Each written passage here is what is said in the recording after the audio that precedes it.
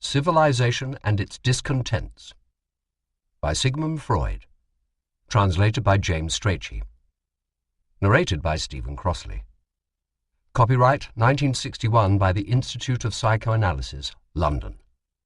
This unabridged audiobook is published by arrangement with the Institute of Psychoanalysis and was produced in the year 2011 by Tantor Media Incorporated, which holds the copyright thereto. 1. It is impossible to escape the impression that people commonly use false standards of measurement, that they seek power, success, and wealth for themselves and admire them in others, and that they underestimate what is of true value in life. And yet, in making any general judgment of this sort, we are in danger of forgetting how variegated the human world and its mental life are. There are a few men from whom their contemporaries do not withhold admiration, although their greatness rests on attributes and achievements which are completely foreign to the aims and ideals of the multitude. One might easily be inclined to suppose that it is after all only a minority which appreciates these great men, while the large majority cares nothing for them. But things are probably not as simple as that, thanks to the discrepancies between people's thoughts and their actions, and to the diversity of their wishful impulses. One of these exceptional few calls himself my friend in his letters to me. I had sent him my small book that treats religion as an illusion, and he answered that he entirely agreed with my judgment upon religion, but that he was sorry I had not properly appreciated the true source of religious sentiments. This, he says, consists in a peculiar feeling which he himself is never without, which he finds confirmed by many others, and which he may suppose is present in millions of people. It is a feeling which he would like to call a sensation of eternity, a feeling as of something limitless, unbounded, as it were, oceanic. This feeling, he adds, is a purely subjective fact, not an article of faith. It brings with it no assurance of personal immortality, but it is the source of the religious energy which is seized upon by the various churches and religious systems, directed by them into particular channels, and doubtless also exhausted by them. One may, he thinks, rightly call oneself religious on the ground of this oceanic feeling alone, even if one rejects every belief and every illusion. The views expressed by the friend whom I so much honor, and who himself once praised the magic of illusion in a poem, cause me no small difficulty. I cannot discover this oceanic feeling in myself. It is not easy to deal scientifically with feelings. One can attempt to describe their physiological signs. Where this is not possible, and I am afraid that the oceanic feeling too will defy this kind of characterization, nothing remains but to fall back on the ideational content which is most readily associated with the feeling. If I have understood my friend rightly, he means the same thing by it as the consolation offered by an original and somewhat eccentric dramatist to his hero who was facing a self-inflicted death. We cannot fall out of this world. That is to say, it is a feeling of indissoluble bond, of being one with the external world as a whole. I may remark that to me this seems something rather in the nature of an intellectual perception, which is not, it is true, without an accompanying feeling tone, but only such as would be present with any other act of thought of equal range. From my own experience, I could not convince myself of the primary nature of such a feeling. But this gives me no right to deny that it does in fact occur in other people. The only question is whether it is being correctly interpreted and whether it ought to be regarded as the fons et origo of the whole need for religion. I have nothing to suggest which could have a decisive influence on the solution of this problem. The idea of men's receiving an intimation of their connection with the world around them through an immediate feeling which is from the outset directed to that purpose sounds so strange and fits in so badly with the fabric of our psychology that one is justified in attempting to discover a psychoanalytic, that is, a genetic explanation of such a feeling. The following line of thought suggests itself. Normally there is nothing of which we are more certain than the feeling of ourself, of our own ego. This ego appears to us as something autonomous and unitary, marked off distinctly from everything else. that such an appearance is deceptive, and that on the contrary the ego is continued inwards, without any sharp delimitation into an unconscious mental entity which we designate as the id, and for which it serves as a kind of facade.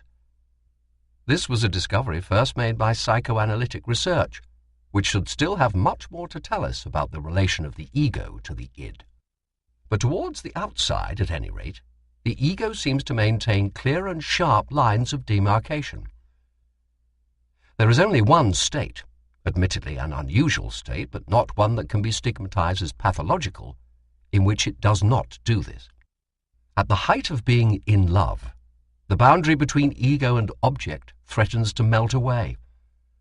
Against all the evidence of his senses, a man who is in love declares that I and you are one, and is prepared to behave as if it were a fact. What can be temporarily done away with by a physiological, i.e. normal function, must also, of course, be liable to be disturbed by pathological processes. Pathology has made us acquainted with a great number of states in which the boundary lines between the ego and the external world become uncertain, or in which they are actually drawn incorrectly.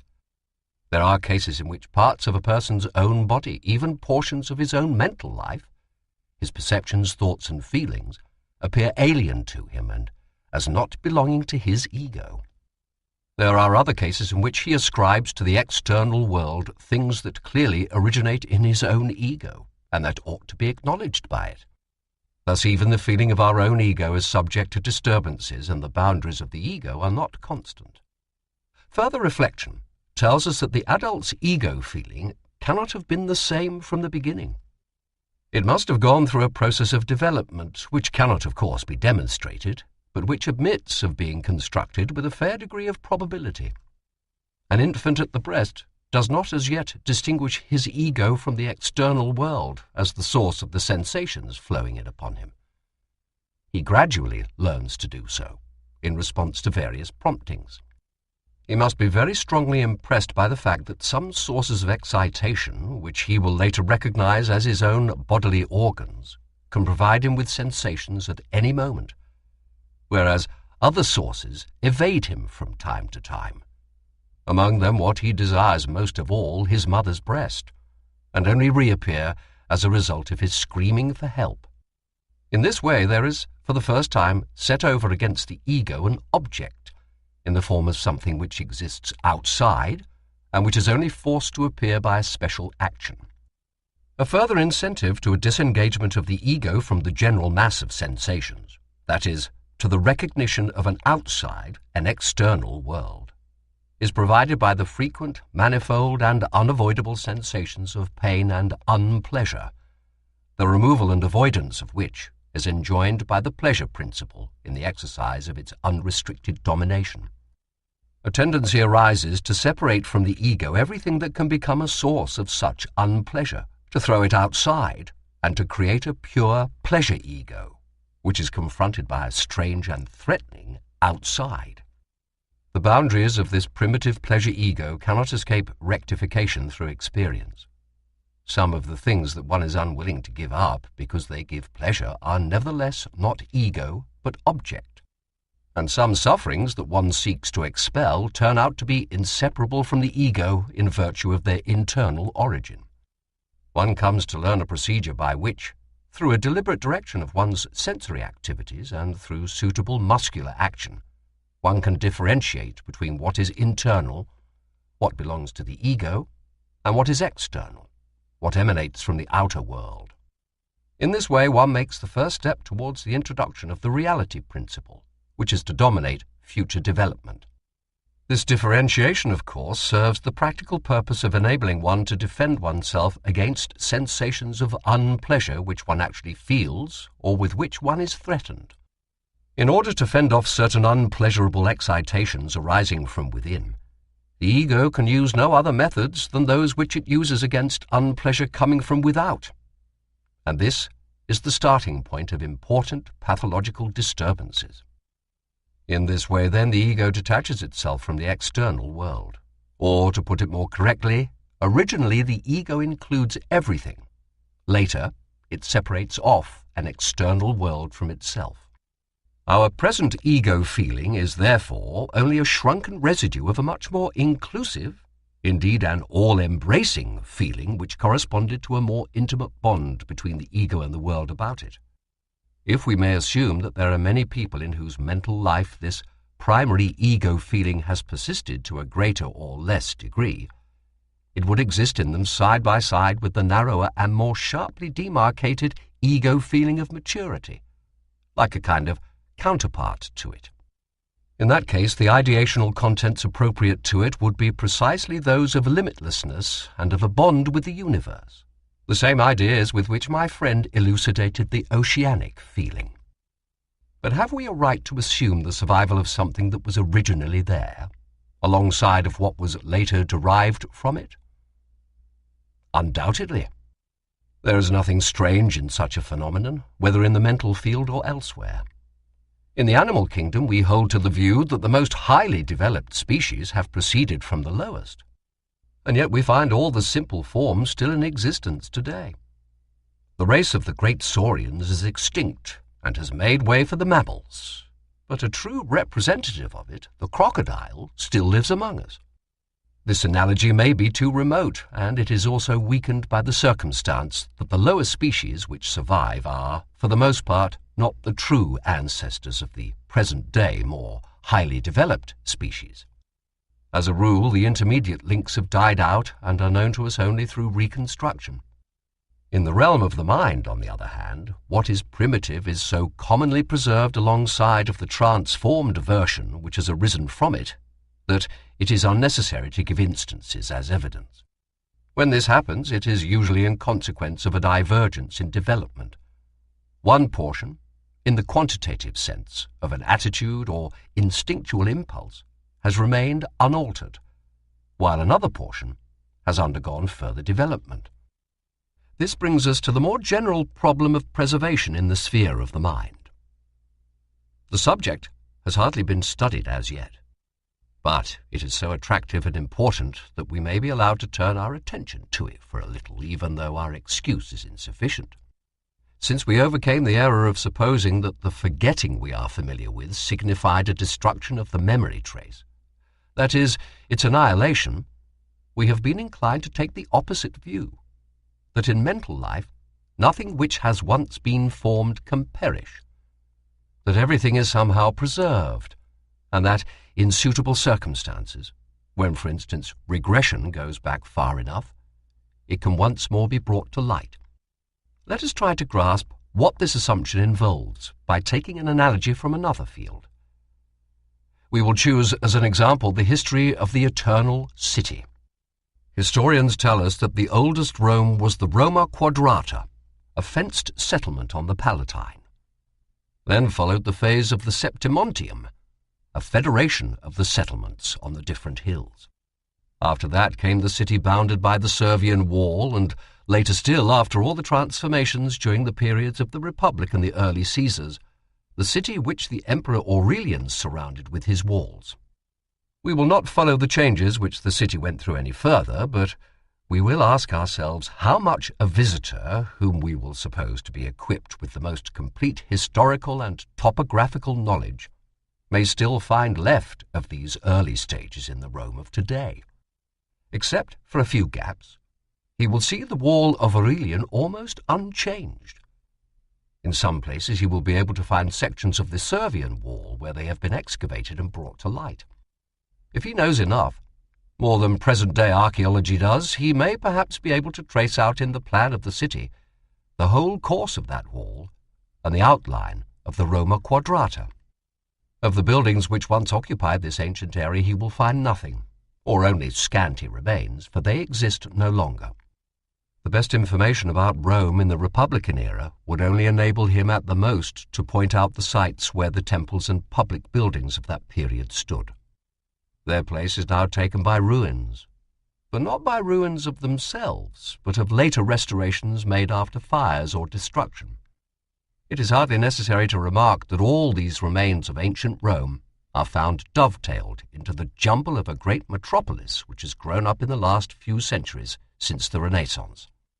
There is certainly not a little that is ancient still buried in the soil of the city or beneath its modern buildings. This is the manner in which the past is preserved in historical sites like Rome. Now let us, by a flight of imagination, suppose that Rome is not a human habitation, but a psychical entity with a similarly long and copious past.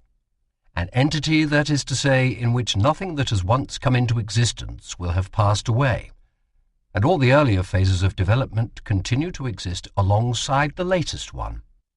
This would mean that in Rome the palaces of the Caesars and the Septizonium of Septimius Severus would still be rising to their old height on the Palatine, and that the castle of St. Angelo would still be carrying on its battlements the beautiful statues which graced it until the siege by the Goths and so on.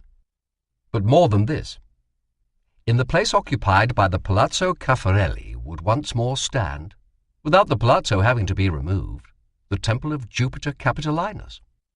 And this not only in its latest shape as the Romans of the Empire saw it, but also in its earliest one when it still showed Etruscan forms and was ornamented with terracotta antefixes. Where the Colosseum now stands, we could at the same time admire Nero's vanished golden house. On the piazza of the Pantheon, we should find not only the Pantheon of today, as it was bequeathed to us by Hadrian, but on the same site the original edifice erected by Agrippa. Indeed, the same piece of ground would be supporting the church of Santa Maria sopra Minerva, and the ancient temple over which it was built. And the observer would perhaps only have to change the direction of his glance or his position in order to call up the one view or the other. There is clearly no point in spinning our fantasy any further, for it leads to things that are unimaginable and even absurd. If we want to represent historical sequence in spatial terms, we can only do it by juxtaposition in space. The same space cannot have two different contents. Our attempt seems to be an idle game. It has only one justification. It shows us how far we are from mastering the characteristics of mental life by representing them in pictorial terms. There is one further objection which has to be considered. The question may be raised why we chose precisely the past of a city to compare with the past of the mind. The assumption that everything past is preserved holds good even in mental life only on condition that the organ of the mind has remained intact and that its tissues have not been damaged by trauma or inflammation. But destructive influences which can be compared to causes of illness like these are never lacking in the history of a city, even if it has had a less checkered past than Rome, and even if, like London, it has hardly ever suffered from the visitations of an enemy. Demolitions and replacement of buildings occur in the course of the most peaceful development of a city. A city is thus a priori unsuited for a comparison of this sort with a mental organism. We bow to this objection, and, abandoning our attempt to draw a striking contrast, we will turn instead to what is after all a more closely related object of comparison, the body of an animal or a human being. But here too we find the same thing. The earlier phases of development are in no sense still preserved. They have been absorbed into the later phases for which they have supplied the material. The embryo cannot be discovered in the adult. The thymus gland of childhood is replaced after puberty by connective tissue, but is no longer present itself. In the marrow bones of the grown man I can, it is true, trace the outline of the child's bone, but it itself has disappeared, having lengthened and thickened until it has attained its definitive form. The fact remains that only in the mind is such a preservation of all the earlier stages alongside of the final form possible, and that we are not in a position to represent this phenomenon in pictorial terms. Perhaps we are going too far in this. Perhaps we ought to content ourselves with asserting that what is past in mental life may be preserved and is not necessarily destroyed. It is always possible that even in the mind some of what is old is effaced or absorbed, whether in the normal course of things or as an exception, to such an extent that it cannot be restored or revivified by any means, or that preservation in general is dependent on certain favourable conditions. It is possible, but we know nothing about it. We can only hold fast to the fact that it is rather the rule than the exception for the past to be preserved in mental life. Thus, we are perfectly willing to acknowledge that the oceanic feeling exists in many people, and we are inclined to trace it back to an early phase of ego feeling. The further question then arises, what claim this feeling has to be regarded as the source of religious needs. To me, the claim does not seem compelling. After all, a feeling can only be a source of energy if it is itself the expression of a strong need. The derivation of religious needs from the infant's helplessness and the longing for the father aroused by it seems to me incontrovertible, especially since the feeling is not simply prolonged from childhood days, but is permanently sustained by fear of the superior power of fate. I cannot think of any need in childhood as strong as the need for a father's protection. Thus the part played by the oceanic feeling, which might seek something like the restoration of a limitless narcissism, is ousted from a place in the foreground. The origin of the religious attitude can be traced back in clear outlines as far as the feeling of infantile helplessness. There may be something further behind that, but for the present it is wrapped in obscurity. I can imagine that the oceanic feeling became connected with religion later on. The oneness with the universe, which constitutes its ideational content, sounds like a first attempt at religious consolation, as though it were another way of disclaiming the danger which the ego recognizes as threatening it from the external world. Let me admit once more that it is very difficult for me to work with these almost intangible quantities.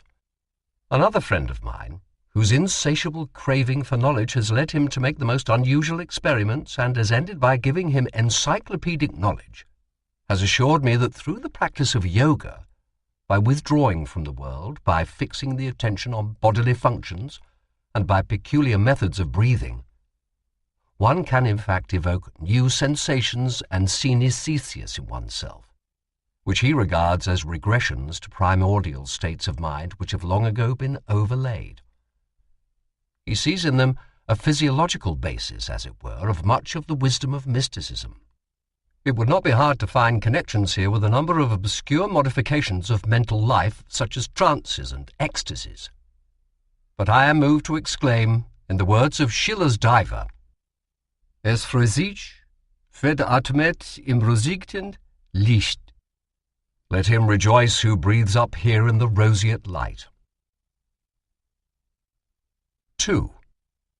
In my Future of an Illusion, 1927, I was concerned much less with the deepest sources of the religious feeling than with what the common man understands by his religion, with the system of doctrines and promises which on the one hand explains to him the riddles of this world with enviable completeness, and on the other assures him that a careful providence will watch over his life and will compensate him in a future existence for any frustrations he suffers here. The common man cannot imagine this providence otherwise than in the figure of an enormously exalted Father. Only such a being can understand the needs of the children of men and be softened by their prayers and placated by the signs of their remorse. The whole thing is so patently infantile, so foreign to reality, that anyone with a friendly attitude to humanity, it is painful to think that the great majority of mortals will never be able to rise above this view of life. It is still more humiliating to discover how large a number of people living today, who cannot but see that this religion is not tenable, nevertheless try to defend it piece by piece in a series of pitiful rearguard actions. One would like to mix among the ranks of the believers in order to meet these philosophers, who think they can rescue the God of religion by replacing him by an impersonal, shadowy and abstract principle, and to address them with the warning words, "Thou shalt not take the name of the Lord thy God in vain." And if some of the great men of the past acted in the same way, no appeal can be made to their example. We know why they were obliged to. Let us return to the common man and to his religion, the only religion which ought to bear that name. The first thing that we think of is the well-known saying of one of our great poets and thinkers concerning the relation of religion to art and science. Wer Wissenschaft und Kunst besitzt, hat auch Religion. Für jener beide nicht besitzt, der hab Religion. He who possesses science and art also has religion, but he who possesses neither of those two, let him have religion. This saying, on the one hand, draws an antithesis between religion and the two highest achievements of man, and on the other, asserts that, as regards their value in life, those achievements and religion can represent or replace each other. If we also set out to deprive the common man, who has neither science nor art, of his religion, we shall clearly not have the poet's authority on our side. We will choose a particular path to bring us nearer an appreciation of his words. Life, as we find it, is too hard for us. It brings us too many pains, disappointments, and impossible tasks. In order to bear it, we cannot dispense with palliative measures. We cannot do without auxiliary constructions, as Theodor Fontana tells us. There are perhaps 3 such measures: powerful deflections, which cause us to make light of our misery, substitutive satisfactions, which diminish it, and intoxicating substances, which make us insensitive to it. Something of the kind is indispensable. Voltaire has deflections in mind when he ends Candide with the advice to cultivate one's garden, and scientific activity is a deflection of this kind too. The substitutive satisfactions, as offered by art, are illusions in contrast with reality, but they are nonetheless psychically effective, thanks to the role which fantasy has assumed in mental life. The intoxicating substances influence our body and alter its chemistry. It is no simple matter to see where religion has its place in this series. We must look further afield. The question of the purpose of human life has been raised countless times. It has never yet received a satisfactory answer, and perhaps does not admit of one. Some of those who have asked it have added that if it should turn out that life has no purpose, it would lose all value for them. But this threat alters nothing. It looks on the contrary as though one had a right to dismiss the question, for it seems to derive from the human presumptuousness, many other manifestations of which are already familiar to us. Nobody talks about the purpose of the life of animals, unless, perhaps, it may be supposed to lie in being of service to man. But this view is not tenable either, for there are many animals of which man can make nothing, except to describe, classify, and study them. And innumerable species of animals have escaped even this use, since they existed and became extinct before man set eyes on them. Once again, only religion can answer the question of the purpose of life. One can hardly be wrong in concluding that the idea of life having a purpose stands and falls with the religious system. We will therefore turn to the less ambitious question of what men themselves show by their behavior to be the purpose and intention of their lives. What do they demand of life and wish to achieve in it? The answer to this can hardly be in doubt. They strive after happiness. They want to become happy and to remain so. This endeavor has 2 sides, a positive and a negative aim. It aims on the one hand at an absence of pain and unpleasure, and, on the other, at the experiencing of strong feelings of pleasure. In its narrower sense, the word happiness only relates to the last. In conformity with this dichotomy in his aims, man's activity develops in 2 directions, according as it seeks to realize, in the main or even exclusively, the one or the other of these aims. As we see, what decides the purpose of life is simply the program of the pleasure principle. This principle dominates the operation of the mental apparatus from the start. There can be no doubt about its efficacy, and yet its program is at loggerheads with the whole world, with the macrocosm as much as with the microcosm. There is no possibility at all of its being carried through. All the regulations of the universe run counter to it. One feels inclined to say that the intention that man should be happy is not included in the plan of creation. What we call happiness in the strictest sense comes from the, preferably sudden, satisfaction of needs which have been dammed up to a high degree, and it is from its nature only possible as an episodic phenomenon. When any situation that is desired by the pleasure principle is prolonged, it only produces a feeling of mild contentment. We are so made that we can derive intense enjoyment only from a contrast and very little from a state of things. Thus our possibilities of happiness are already restricted by our constitution. Unhappiness is much less difficult to experience. We are threatened with suffering from three directions: from our own body, which is doomed to decay and dissolution, and which cannot even do without pain and anxiety as warning signals; from the external world, which may rage against us with overwhelming and merciless forces of destruction; and finally, from our relations to other men. The suffering which comes from this last source is perhaps more painful to us than any other. We tend to regard it as a kind of gratuitous addition, although it cannot be any less fatefully inevitable than the suffering which comes from elsewhere. It is no wonder if, under the pressure of these possibilities of suffering, men are accustomed to moderate their claims to happiness, just as the pleasure principle itself, indeed under the influence of the external world, changed into the more modest reality principle.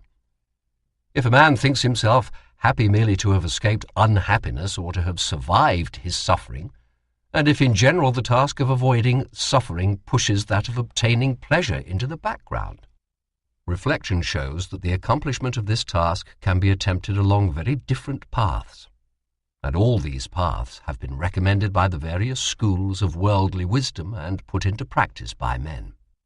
An unrestricted satisfaction of every need presents itself as the most enticing method of conducting one's life, but it means putting enjoyment before caution, and soon brings its own punishment. The other methods, in which avoidance of unpleasure is the main purpose, are differentiated according to the source of unpleasure to which their attention is chiefly turned. Some of these methods are extreme and some moderate. Some are one-sided, and some attack the problem simultaneously at several points. Against the suffering which may come upon one from human relationships, the readiest safeguard is voluntary isolation, keeping oneself aloof from other people. The happiness which can be achieved along this path is, as we see, the happiness of quietness. Against the dreaded external world, one can only defend oneself by some kind of turning away from it, if one intends to solve the task by oneself. There is indeed another and better path, that of becoming a member of the human community, and with the help of a technique guided by science, going over to the attack against nature and subjecting her to the human will. Then one is working with all for the good of all. But the most interesting methods of averting suffering are those which seek to influence our own organism. In the last analysis, all suffering is nothing else than sensation. It only exists insofar as we feel it, and we only feel it in consequence of certain ways in which our organism is regulated. The crudest, but also the most effective among these methods of influence, is the chemical one: intoxication. I do not think that anyone completely understands its mechanism, but it is a fact that there are foreign substances which, when present in the blood or tissues, directly causes pleasurable sensations. And they also so alter the conditions governing our sensibility that we become incapable of receiving unpleasurable impulses. The two effects not only occur simultaneously, but seem to be intimately bound up with each other. But there must be substances in the chemistry of our own bodies which have similar effects. For we know at least one pathological state, mania, in which a condition similar to intoxication arises without the administration of any intoxicating drug. Besides this, our normal mental life exhibits oscillations between a comparatively easy liberation of pleasure and a comparatively difficult one, parallel with which there goes a diminished or an increased receptivity to unpleasure. It is greatly to be regretted that this toxic side of mental processes has so far escaped scientific examination. The service rendered by intoxicating media in the struggle for happiness and in keeping misery at a distance is so highly prized as a benefit that individuals and peoples alike have given them an established place in the economics of their libido. We owe to such media not merely the immediate yield of pleasure, but also a greatly desired degree of independence from the external world. For one knows that with the help of this drowner of cares, one can at any time withdraw from the pressure of reality and find refuge in a world of one's own, with better conditions of sensibility. As is well known, it is precisely this property of intoxicants which also determines their danger and their injuriousness. They are responsible in certain circumstances for the useless waste of a large quota of energy which might have been employed for the improvement of the human lot. The complicated structure of our mental apparatus admits, however, of a whole number of other influences. Just as a satisfaction of instinct spells happiness for us, so severe suffering is caused as if the external world lets us starve, if it refuses to sate our needs. One may therefore hope to be freed from a part of one's sufferings by influencing the instinctual impulses. This type of defense against suffering is no longer brought to bear on the sensory apparatus. It seeks to master the internal sources of our needs.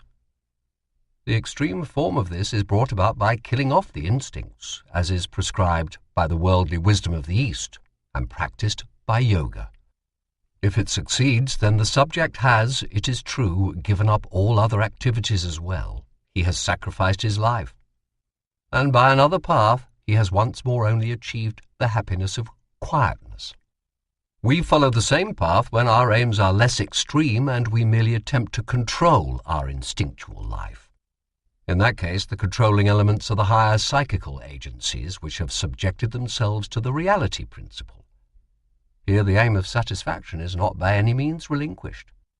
But a certain amount of protection against suffering is secured, in that non-satisfaction is not so painfully felt in the case of instincts kept in dependence as in the case of uninhibited ones.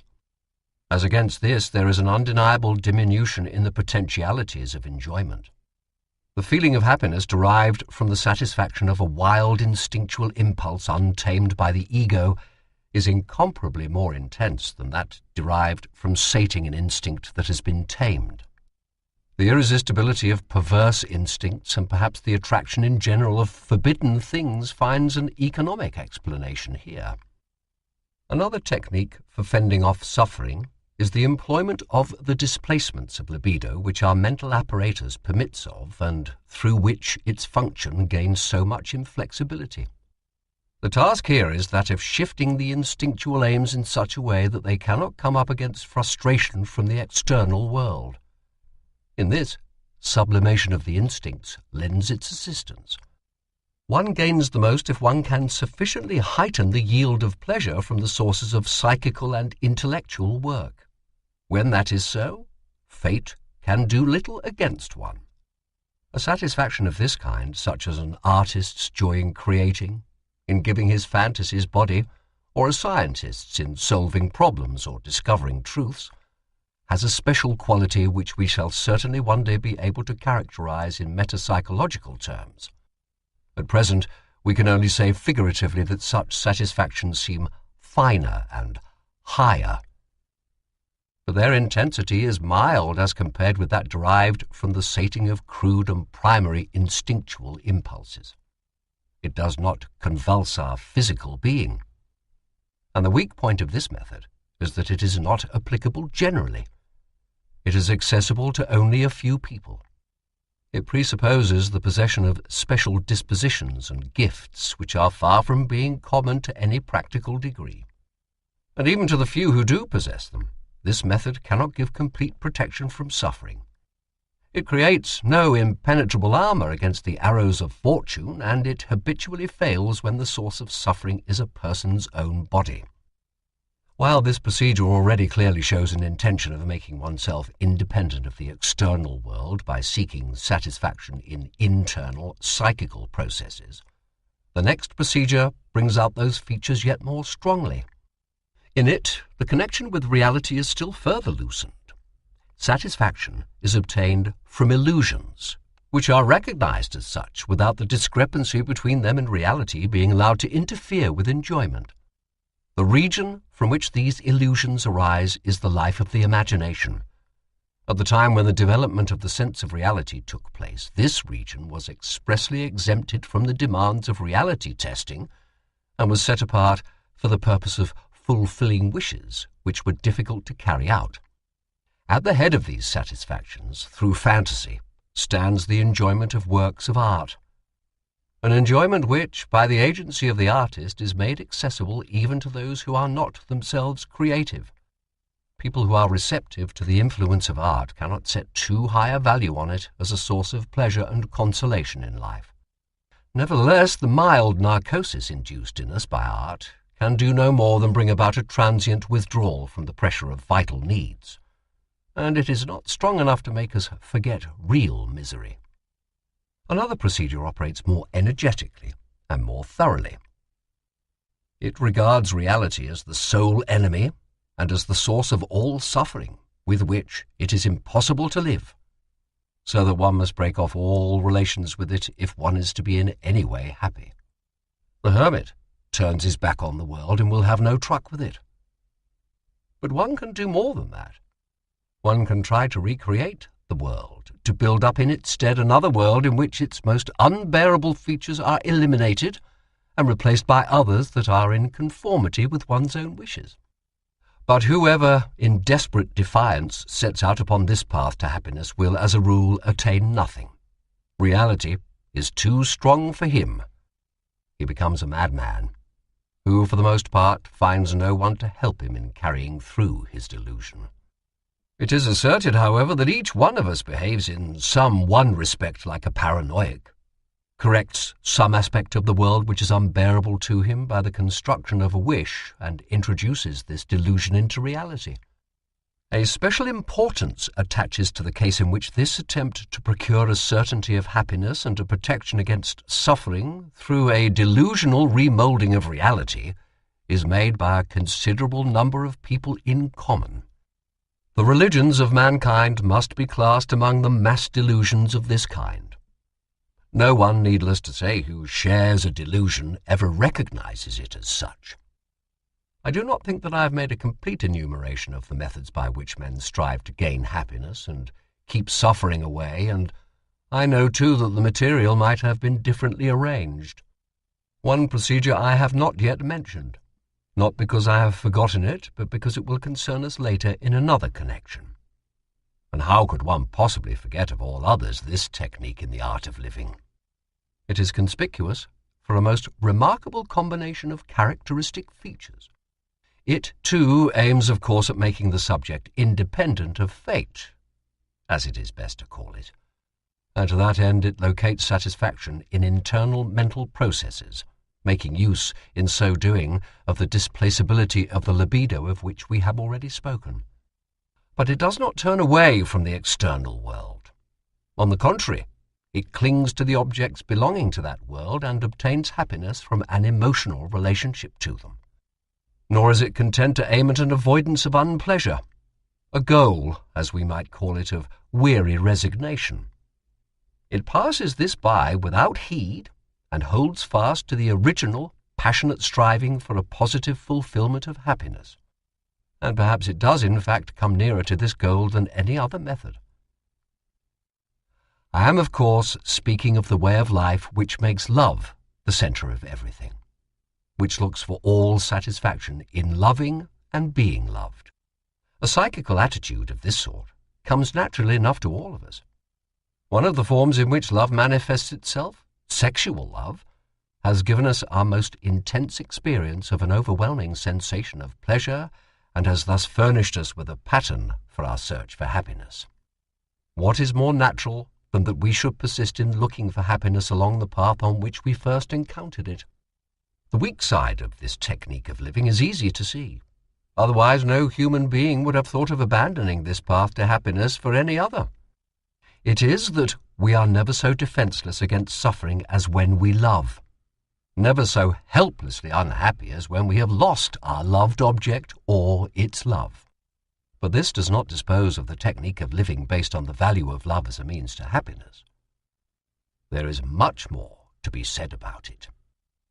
We may go on from here to consider the interesting cast in which happiness in life is predominantly sought in the enjoyment of beauty, wherever beauty presents itself to our senses and our judgment, the beauty of human forms and gestures, of natural objects and landscapes, and of artistic and even scientific creations. This aesthetic attitude to the goal of life offers little protection against the threat of suffering, but it can compensate for a great deal. The enjoyment of beauty has a peculiar, mildly intoxicating quality of feeling. Beauty has no obvious use, nor is there any clear cultural necessity for it. Yet civilization could not do without it. The science of aesthetics investigates the conditions under which things are felt as beautiful, but it has been unable to give any explanation of the nature and origin of beauty. And, as usually happens, lack of success is concealed beneath a flood of resounding and empty words. Psychoanalysis, unfortunately, has scarcely anything to say about beauty either. All that seems certain is its derivation from the field of sexual feeling. The love of beauty seems a perfect example of an impulse inhibited in its aim. Beauty and attraction are originally attributes of the sexual object.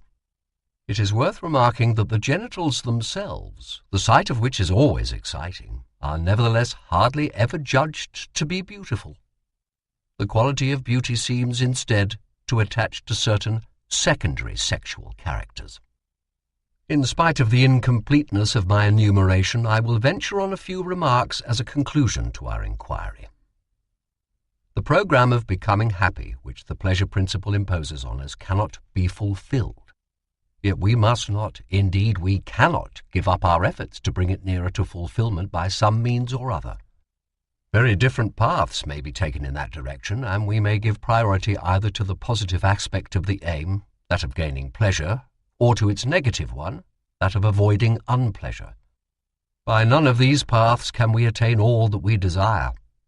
Happiness, in the reduced sense in which we recognize it as possible, is a problem of the economics of the individual's libido. There is no golden rule which applies to everyone. Every man must find out for himself in what particular fashion he can be saved. All kinds of different factors will operate to direct his choice. It is a question of how much real satisfaction he can expect to get from the external world, how far he is led to make himself independent of it, and finally, how much strength he feels he has for altering the world to suit his wishes. In this, his psychical constitution will play a decisive part irrespectively of the external circumstances. The man who is predominantly erotic will give first preference to his emotional relationships to other people. The narcissistic man who inclines to be self-sufficient will seek his main satisfactions in his internal mental processes. The man of action will never give up the external world on which he can try out his strength. As regards the second of these types, the nature of his talents and the amount of instinctual sublimation open to him will decide where he shall locate his interests. Any choice that is pushed to an extreme will be penalized by exposing the individual to the dangers which arise if a technique of living that has been chosen as an exclusive one should prove inadequate.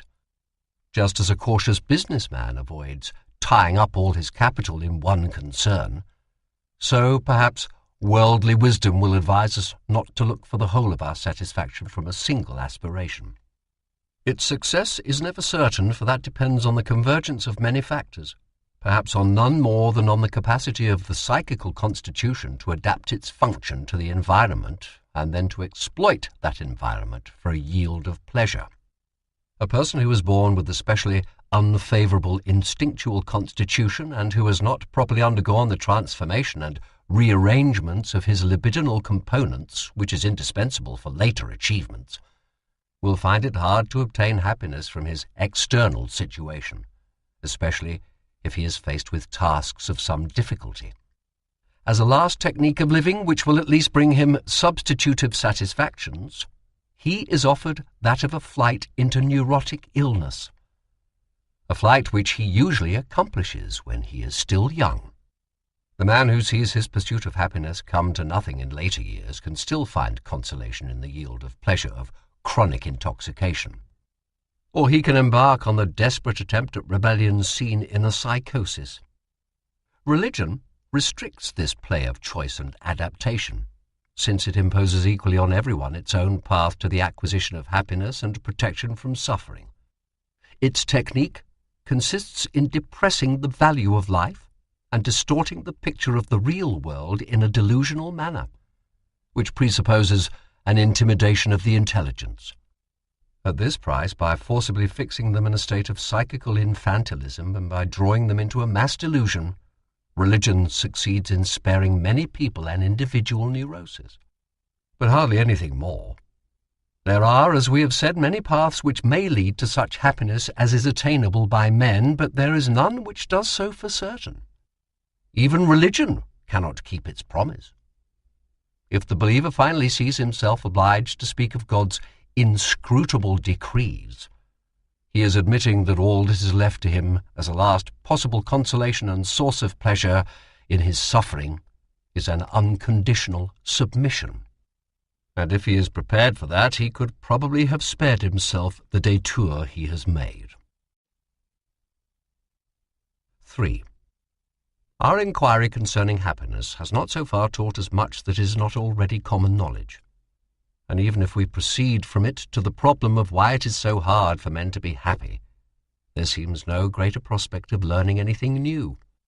We have given the answer already by pointing to the three sources from which our suffering comes: the superior power of nature, the feebleness of our own bodies, and the inadequacy of the regulations which adjust the mutual relationships of human beings in the family, the state, and society.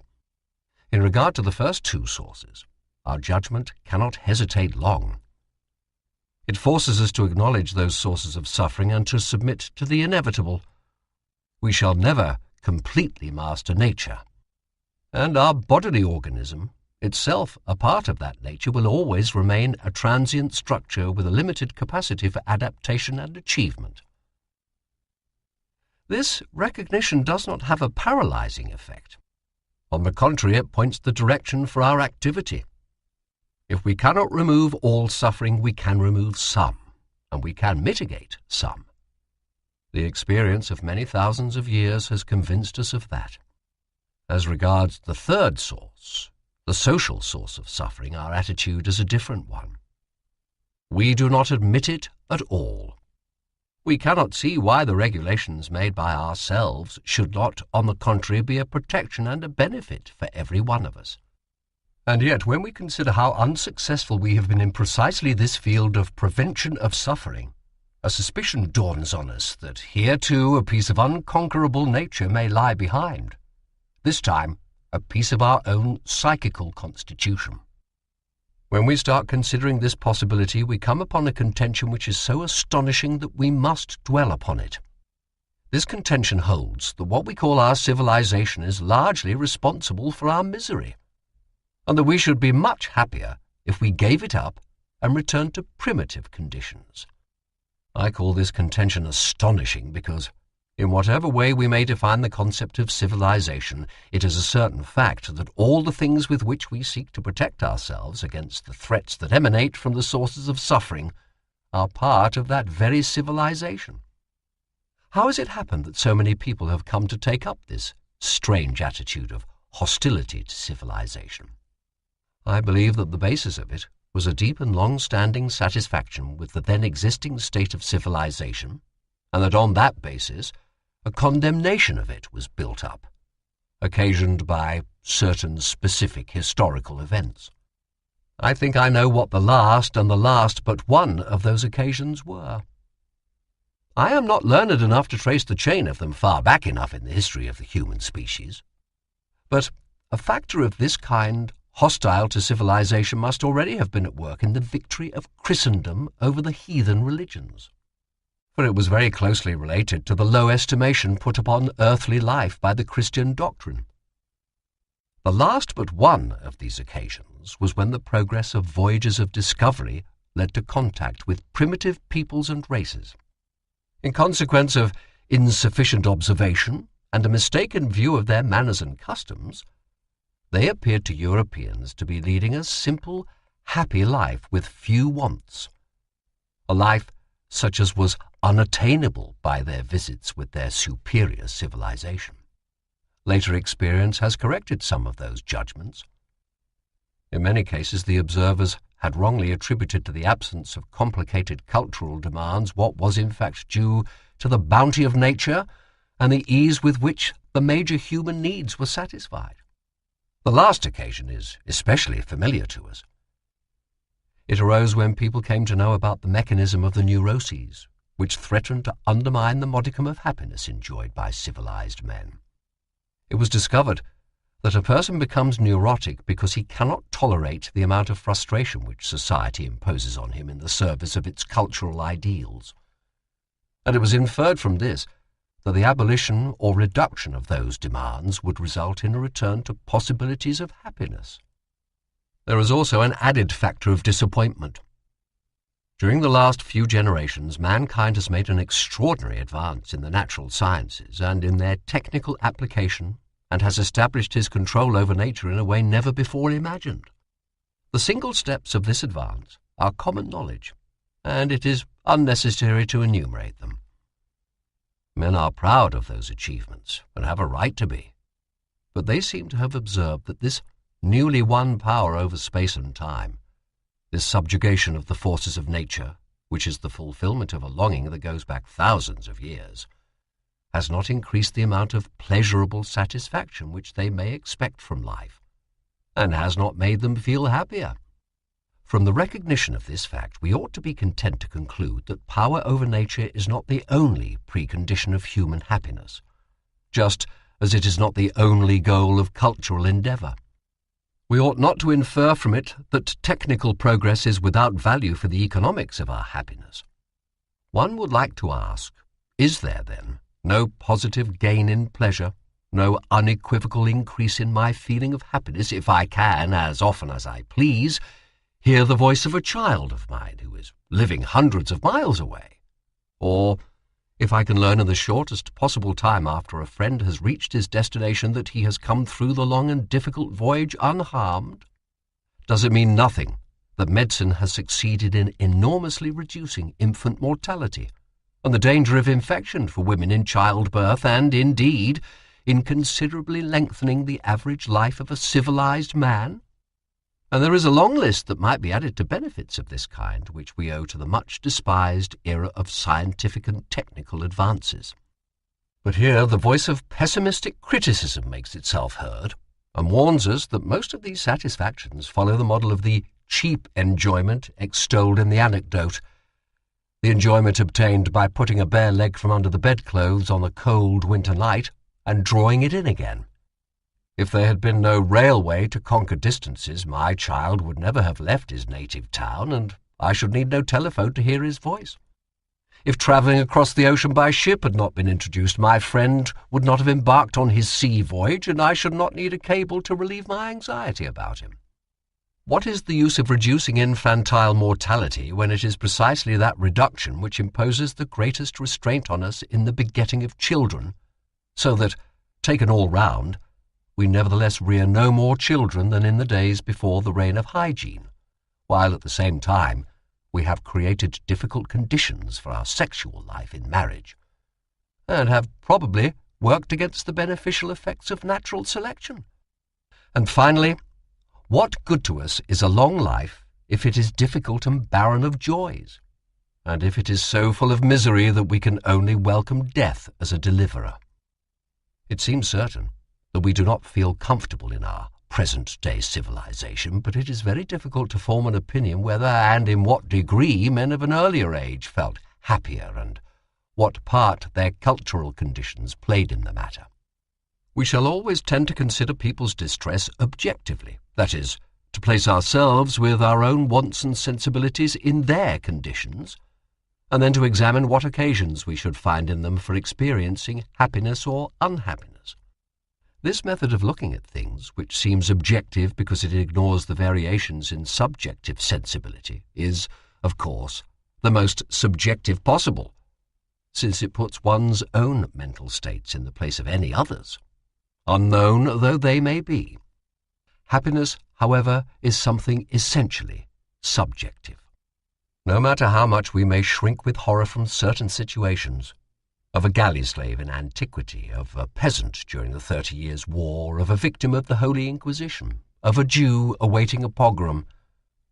It is nevertheless impossible for us to feel our way into such people, to divine the changes which original obtuseness of mind, a gradual stupefying process, the cessation of expectations, and cruder or more refined methods of narcotization have produced upon their receptivity to sensations of pleasure and unpleasure. Moreover, in the case of the most extreme possibility of suffering, special mental protective devices are brought into operation. It seems to me unprofitable to pursue this aspect of the problem any further. It is time for us to turn our attention to the nature of this civilization on whose value as a means to happiness doubts have been thrown. We shall not look for a formula in which to express that nature in a few words until we have learned something by examining it. We shall therefore content ourselves with saying once more that the word civilization describes the whole sum of the achievements and the regulations which distinguish our lives from those of our animal ancestors, and which serve two purposes, namely to protect men against nature and to adjust their mutual relations. In order to learn more, we will bring together the various features of civilization individually, as they are exhibited in human communities. In doing so, we shall have no hesitation in letting ourselves be guided by linguistic usage, or, as it is also called, linguistic feeling, in the conviction that we shall thus be doing justice to inner discernments which still defy expression in abstract terms. The first stage is easy. We recognize as cultural all activities and resources which are useful to men for making the earth serviceable to them, for protecting them against the violence of the forces of nature, and so on. As regards this side of civilization, there can be scarcely any doubt. If we go back far enough, we find that the first act of civilization were the use of tools, the gaining of control over fire, and the construction of dwellings. Among these, the control over fire stands out as a quite extraordinary and unexampled achievement, while the others opened up paths which man has followed ever since, and the stimulus to which is easily guessed. With every tool, man is perfecting his own organs, whether motor or sensory, or is removing the limits to their functioning. Motor power places gigantic forces at his disposal, which, like his muscles, he can employ in any direction. Thanks to ships and aircraft, neither water nor air can hinder his movements. By means of spectacles, he corrects defects in the lens of his own eye. By means of the telescope, he sees into the far distance. And by means of the microscope, he overcomes the limits of visibility set by the structure of his retina. In the photographic camera, he has created an instrument which retains the fleeting visual impressions just as a gramophone disc retains the equally fleeting auditory ones. Both are, at bottom, materializations of the power he possesses of recollection, his memory. With the help of the telephone, he can hear at distances which would be respected as unattainable even in a fairy tale. Writing was in its origin the voice of an absent person, and the dwelling house was a substitute for the mother's womb, the first lodging, for which, in all likelihood, man still longs, and in which he was safe and felt at ease. These things that by his science and technology man has brought about on this earth, on which he first appeared as a feeble animal organism and on which each individual of his species must once more make its entry, O inch of nature, as a helpless suckling. These things do not only sound like a fairy tale, they are an actual fulfillment of every, or of almost every, fairy tale wish. All these assets he may lay claim to as his cultural acquisition. Long ago he formed an ideal conception of omnipotence and omniscience which he embodied in his gods. To these gods he attributed everything that seemed unattainable to his wishes or that was forbidden to him. One may say, therefore, that these gods were cultural ideals. Today he has come very close to the attainment of this ideal. He has almost become a god himself. Only, it is true in the fashion in which ideals are usually attained according to the general judgment of humanity. Not completely. In some respects not at all, in others only halfway. Man has, as it were, become a kind of prosthetic God. When he puts on all his auxiliary organs, he is truly magnificent.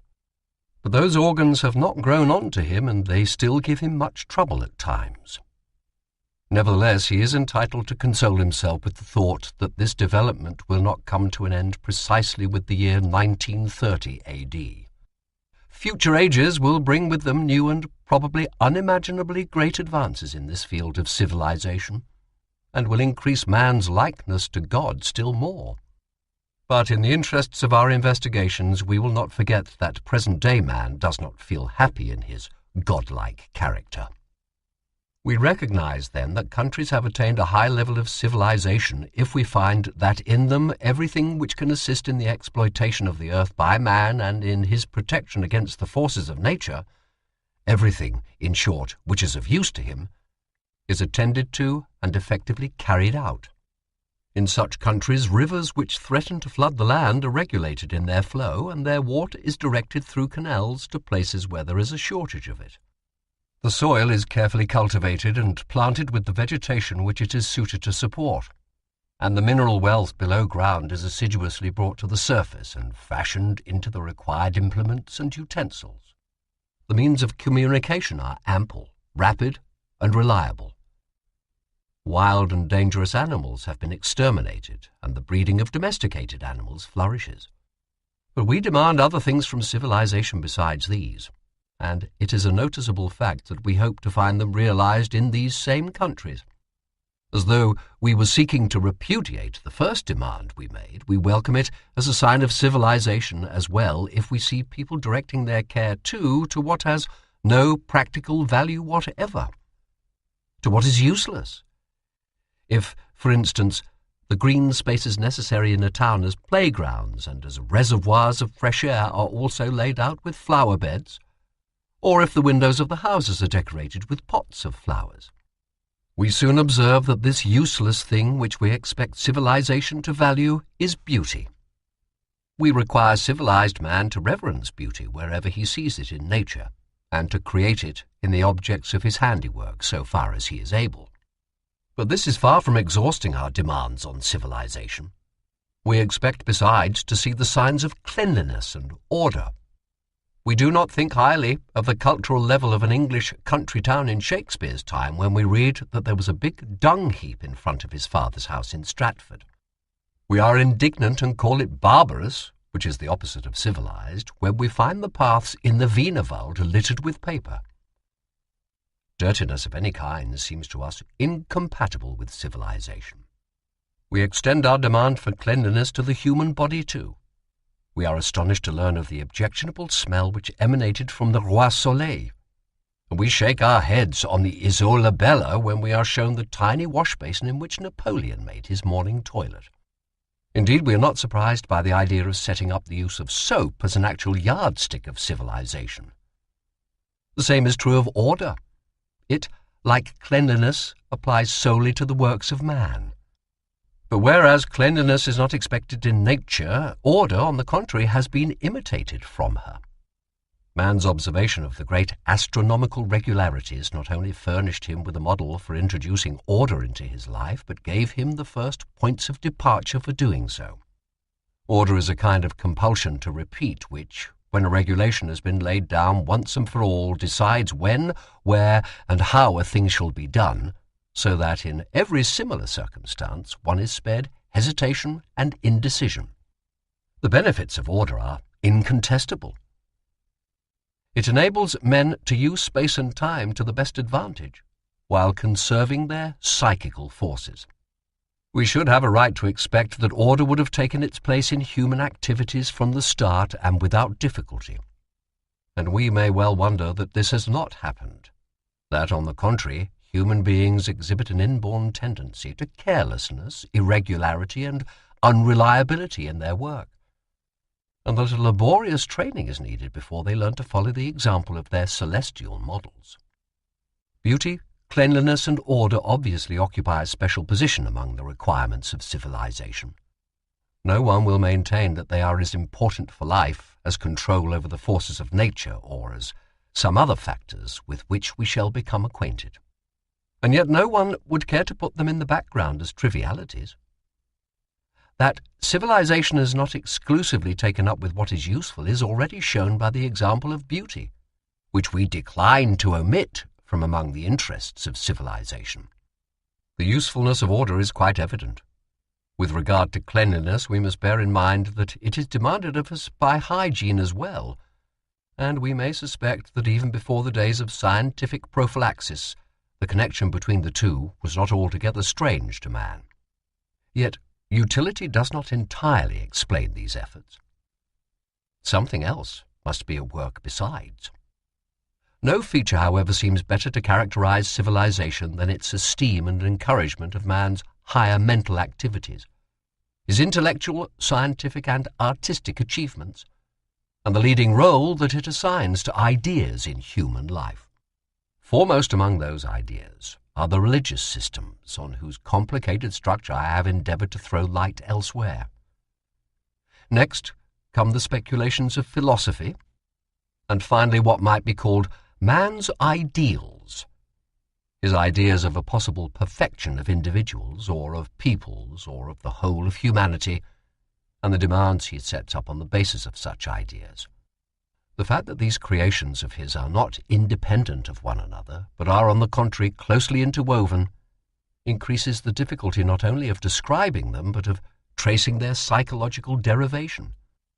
If we assume quite generally that the motive force of all human activities is a striving towards the two confluent goals of utility and a yield of pleasure, we must suppose that this is also true of the manifestations of civilization which we have been discussing here.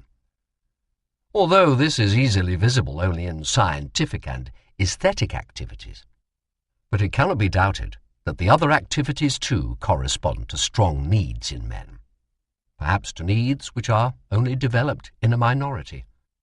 Nor must we allow ourselves to be misled by judgments of value concerning any particular religion or philosophic system or ideal.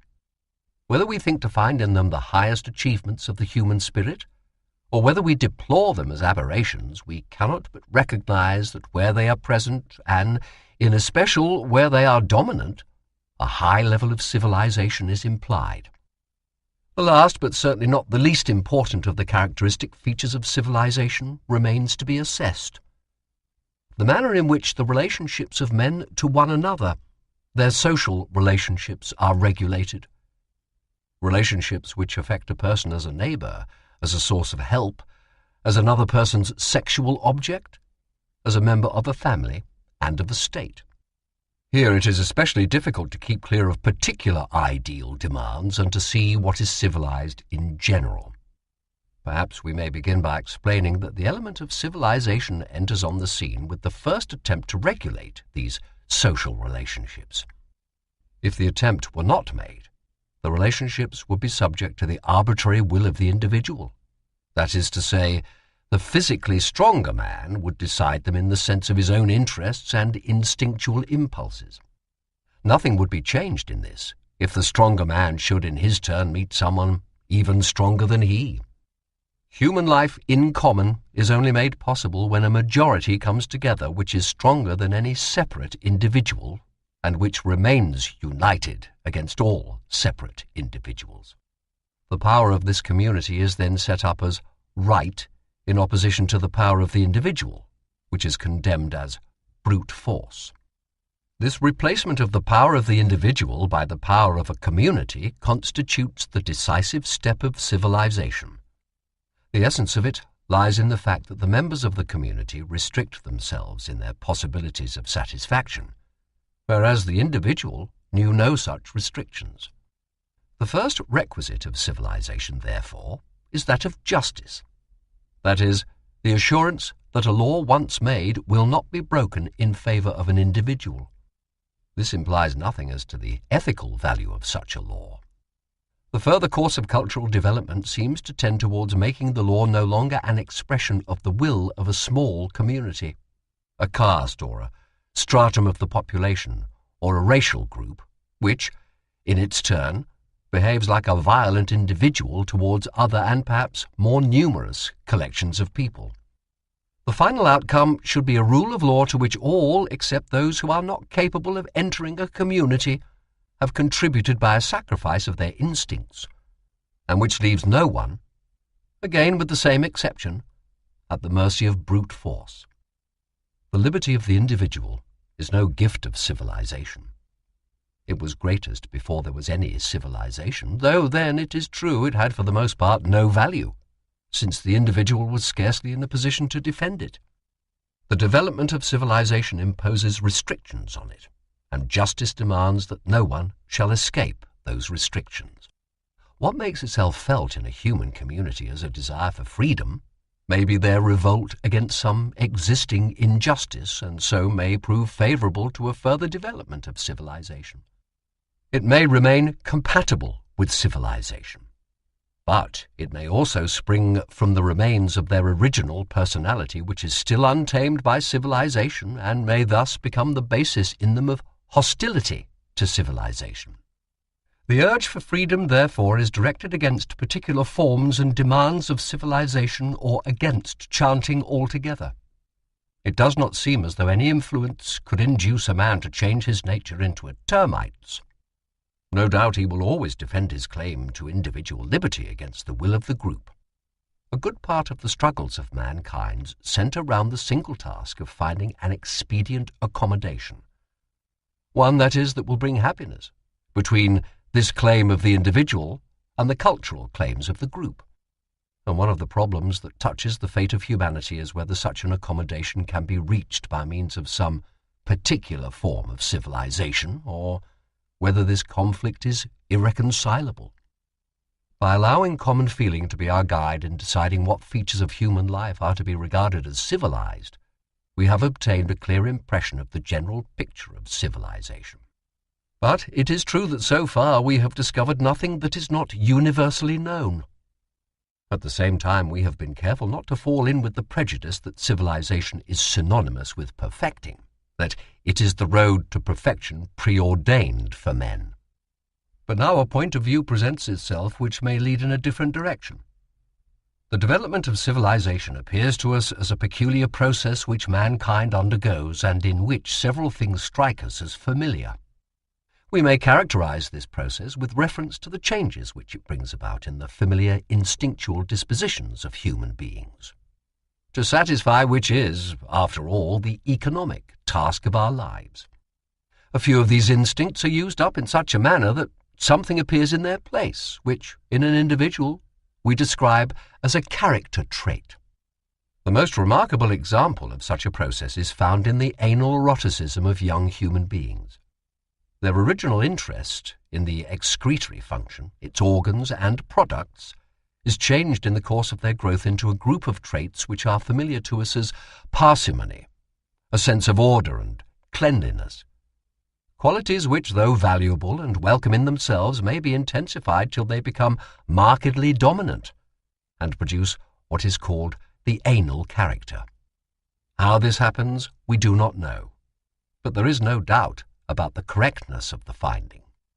Now we have seen that order and cleanliness are important requirements of civilization, although their vital necessity is not very apparent, any more than their suitability as sources of enjoyment. At this point, we cannot fail to be struck by the similarity between the process of civilization and the libidinal development of the individual. Other instincts, besides anal eroticism, are induced to displace the conditions for their satisfaction, to lead them into other paths. In most cases, this process coincides with that of the sublimation of instinctual aims, with which we are familiar, but in some it can be differentiated from it. Sublimation of instinct is an especially conspicuous feature of cultural development.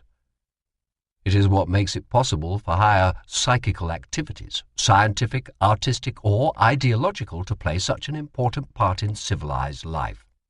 If one were to yield to a first impression, one would say that sublimation is a vicissitude which has been forced upon the instincts entirely by civilization. But it would be wiser to reflect upon this a little longer. In the third place, finally, and this seems the most important of all, it is impossible to overlook the extent to which civilization is built up upon a renunciation of instinct, how much it presupposes precisely the non-satisfaction, by suppression, repression, or some other means, of powerful instincts. This cultural frustration dominates the large field of social relationships between human beings. As we already know, it is the cause of the hostility against which all civilizations have to struggle. It will also make severe demands on our scientific work, and we shall have much to explain here. It is not easy to understand how it can become possible to deprive an instinct of satisfaction, nor is doing so without danger. If the loss is not compensated for economically, one can be certain that serious disorders will ensue. But if we want to know what value can be attributed to our view that the development of civilization is a special process, comparable to the normal maturation of the individual, we must clearly attack another problem. We must ask ourselves, to what influences the development of civilization owes its origin, how it arose, and by what its course has been determined. 4. The task seems an immense one, and it is natural to feel diffidence in the face of it. But here are such conjectures as I have been able to make.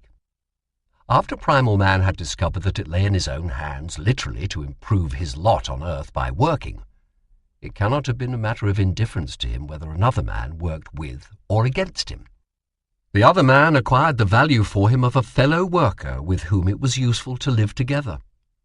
Even earlier, in his ape-like prehistory, man had adopted the habit of forming families, and the members of his family were probably his first helpers. One may suppose that the founding of families was connected with the fact that a moment came when the need for genital satisfaction no longer made its appearance like a guest who drops in suddenly and, after his departure, is heard of no more for a long time, but instead took up its quarters as a permanent lodger. When this happened, the male acquired a motive for keeping the female, or, speaking more generally, his sexual objects, near him, while the female, who did not want to be separated from her helpless young, was obliged in their interests to remain with the stronger male. In this primitive family, one essential feature of civilization is still lacking. The arbitrary will of its head, the father, was unrestricted. In Totem and Taboo, 1912-13, I have tried to show how the way led from this family to the succeeding stage of communal life in the form of bands of brothers. In overpowering their father, the sons had made the discovery that a combination can be stronger than a single individual. The totemic culture is based on the restrictions which the sons had to impose on one another in order to keep this new state of affairs in being. The taboo observances were the first rite or law. The communal life of human beings had therefore twofold foundation: the compulsion to work, which was created by external necessity, and the power of love, which made the man unwilling to be deprived of his sexual object, the woman, and made the woman unwilling to be deprived of the part of herself which had been separated off from her, her child. Eros and Ananke, love and necessity, have become the parents of human civilization too. The first result of civilization was that even a fairly large number of people were now able to live together in a community. And since these two great powers were cooperating in this, one might expect that the further development of civilization would proceed smoothly towards an even better control over the external world and towards a further extension of the number of people included in the community. Nor is it easy to understand how civilization could act upon its participants otherwise than to make them happy. Before we go on to inquire from what quarter an interference might arise, this recognition of love as one of the foundations of civilization may serve as an excuse for a digression which will enable us to fill in a gap which we left in an earlier discussion. We said there that man's discovery that sexual, genital love afforded him the strongest experiences of satisfaction, and in fact provided him with the prototype of all happiness, must have suggested to him that he should continue to seek the satisfaction of happiness in his life along the path of sexual relations, and that he should make genital erotism the central point of his life. We went on to say that in doing so, he made himself dependent in a most dangerous way on a portion of the external world, namely, his chosen love object, exposed himself to extreme suffering if he should be rejected by that object, or should lose it through unfaithfulness or death. For that reason, the wise men of every age have warned us most emphatically against this way of life. But, in spite of this, it has not lost its attraction for a great number of people. A small minority are enabled by their constitution to find happiness in spite of everything along the path of love. But far-reaching mental changes in the function of love are necessary before this can happen. These people make themselves independent of their object's acquiescence by displacing what they mainly value from being loved onto loving. They protect themselves against the loss of the object by directing their love, not to single objects, but to all men alike. And they avoid the uncertainties and disappointments of genital love by turning away from its sexual aims and transforming the instinct into an impulse with an inhibited aim. What they bring about in themselves in this way is a state of evenly suspended, steadfast, affectionate feeling, which has little external resemblance any more to the stormy agitations of genital love from which it is nevertheless derived. Perhaps St. Francis of Assisi went furthest in thus exploiting love for the benefit of an inner feeling of happiness. Moreover, what we have recognized as one of the techniques for fulfilling the pleasure principle has often been brought into connection with religion. This connection may lie in the remote regions where the distinction between the ego and objects, or between objects themselves, is neglected. According to one ethical view, whose deeper motivation will become clear to us presently, this readiness for a universal love of mankind and the world represents the highest standpoint which man can reach. Even at this early stage of the discussion, I should like to bring forward my two main objections to this view. A love that does not discriminate seems to me to forfeit a part of its own value by doing an injustice to its object. And secondly, not all men are worthy of love. The love which founded the family continues to operate in civilization both in its original form, in which it does not renounce direct sexual satisfaction, and in its modified form, as aim-inhibited affection. In each, it continues to carry on its function of binding together considerable numbers of people, and it does so in a more intensive fashion than can be effected through the interest of work in common. The careless way in which language uses the word love has its genetic justification. People give the name love to the relation between a man and a woman whose genital needs have led them to found a family. But they also give the name love to the positive feelings between parents and children and between the brothers and sisters of a family, although we are obliged to describe this as aim-inhibited love or affection. Love with an inhibited aim was in fact originally fully sensual love, and it is so still in man's unconscious. Both fully sensual love and aim-inhibited love extend outside the family and create new bonds with people who before were strangers. Genital love leads to the formation of new families, and aim-inhibited love to friendships, which become valuable from a cultural standpoint because they escape some of the limitations of genital love, as, for instance, its exclusiveness. But in the course of development, the relation of love to civilization loses its unambiguity. On the one hand, love comes into opposition to the interests of civilization. On the other, civilization threatens love with substantial restrictions. This rift between them seems unavoidable. The reason for it is not immediately recognizable. It expresses itself at first as a conflict between the family and the larger community to which the individual belongs.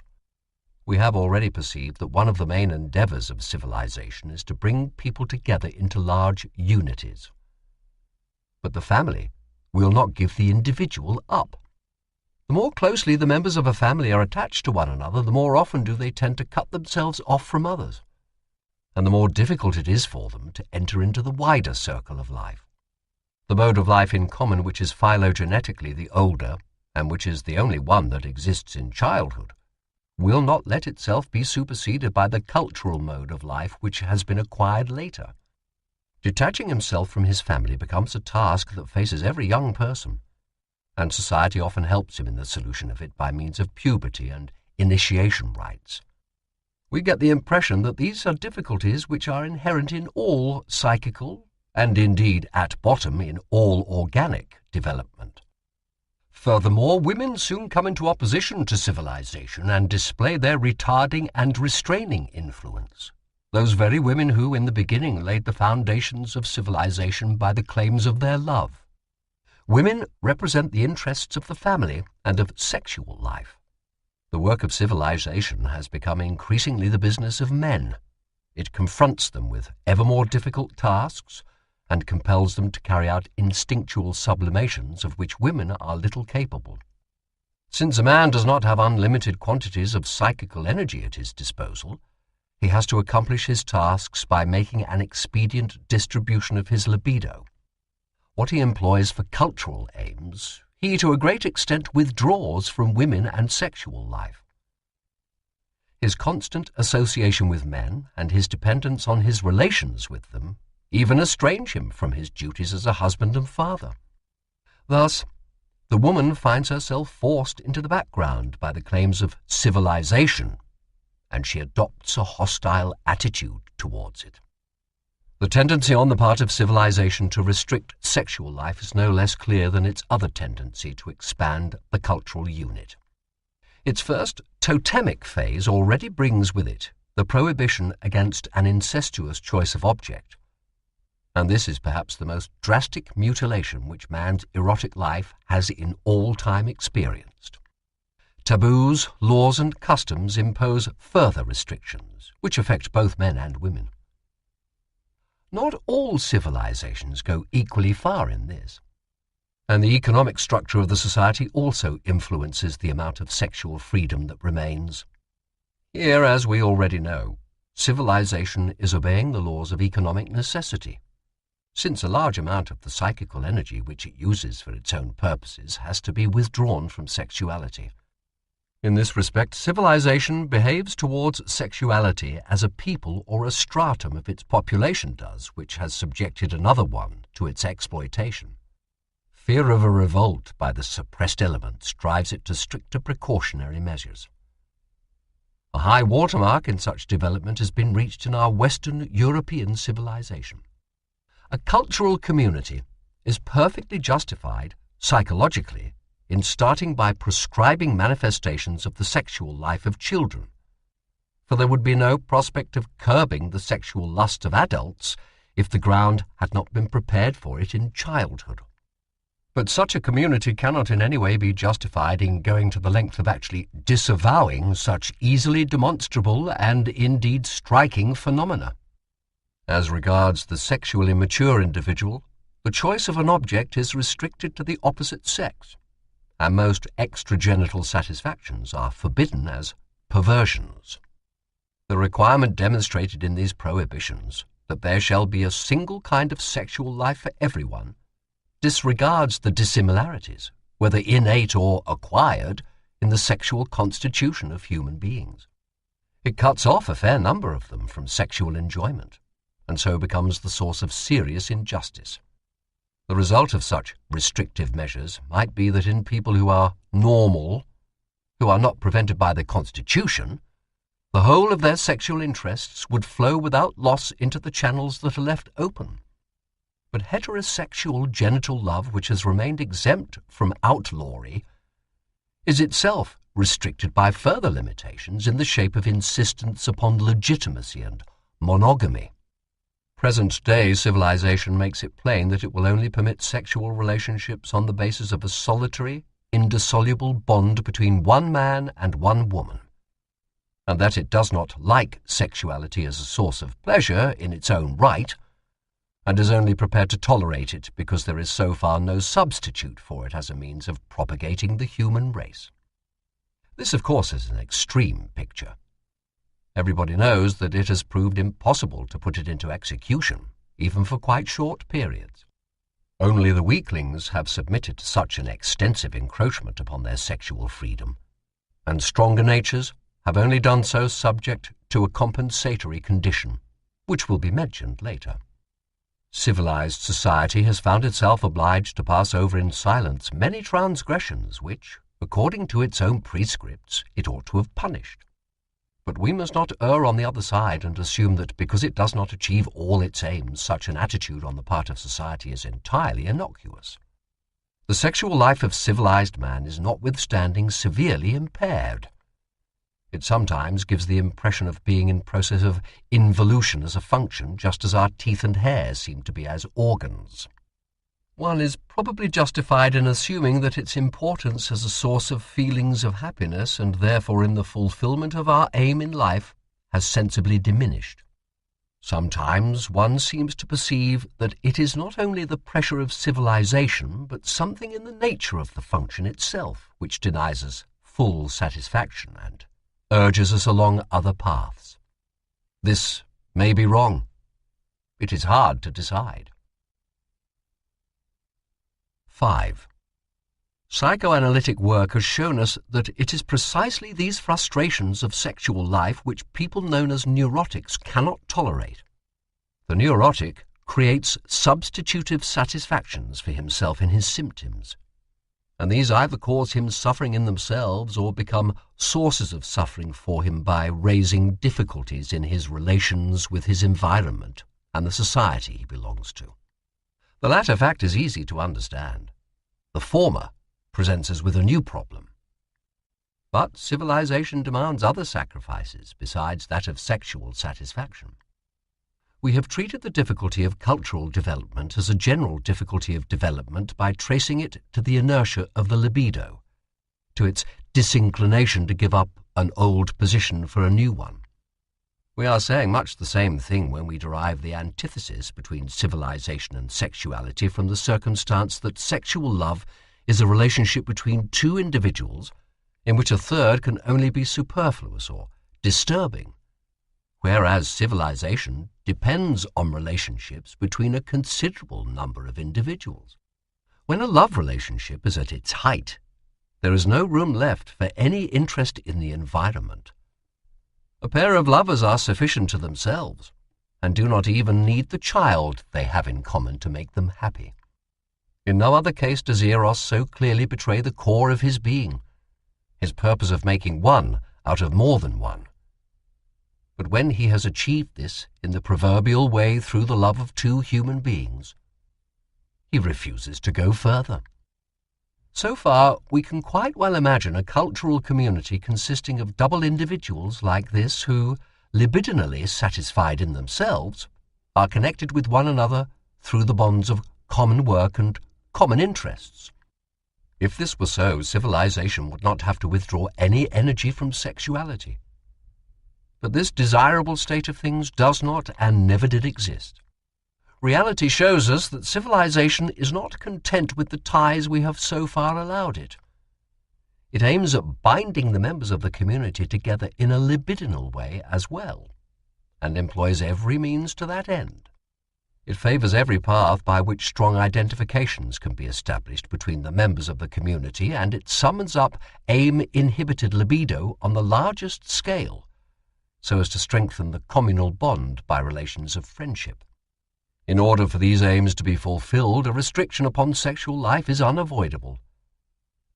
But we are unable to understand what the necessity is which forces civilization along this path, and which causes its antagonism to sexuality.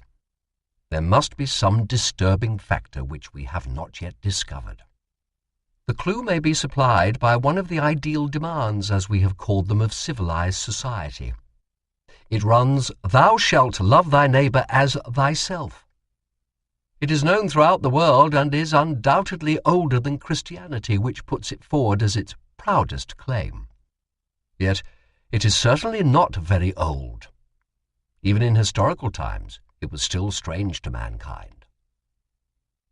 Let us adopt a naive attitude towards it, as though we were hearing it for the first time. We shall be unable then to suppress a feeling of surprise and bewilderment. Why should we do it? What good will it do us? But above all, how shall we achieve it? How can it be possible? My love is something valuable to me which I ought not to throw away without reflection. It imposes duties on me for whose fulfillment I must be ready to make sacrifices. If I love someone, he must deserve it in some way. I leave out of account the use he may be to me and also his possible significance for me as a sexual object. For neither of these two kinds of relationship comes into question where the precept to love my neighbor is concerned. He deserves it if he is so like me in important ways that I can love myself in him. And he deserves it if he is so much more perfect than myself that I can love my ideal of my own self in him.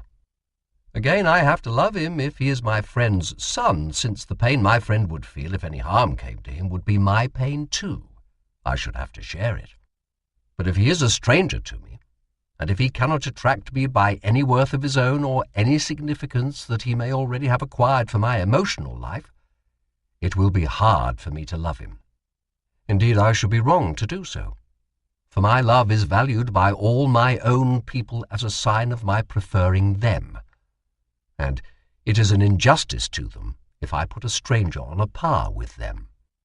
But if I am to love him, with this universal love, merely because he too is an inhabitant of this earth, like an insect, an earthworm, or a grass snake, then I fear that only a small modicum of my love will fall to his share.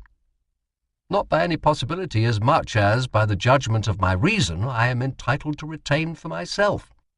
What is the point of a precept enunciated with so much solemnity, if its fulfillment cannot be recommended as reasonable? On closer inspection I find still further difficulties. Not merely is this stranger in general unworthy of my love, I must honestly confess that he has more claim to my hostility, and even my hatred.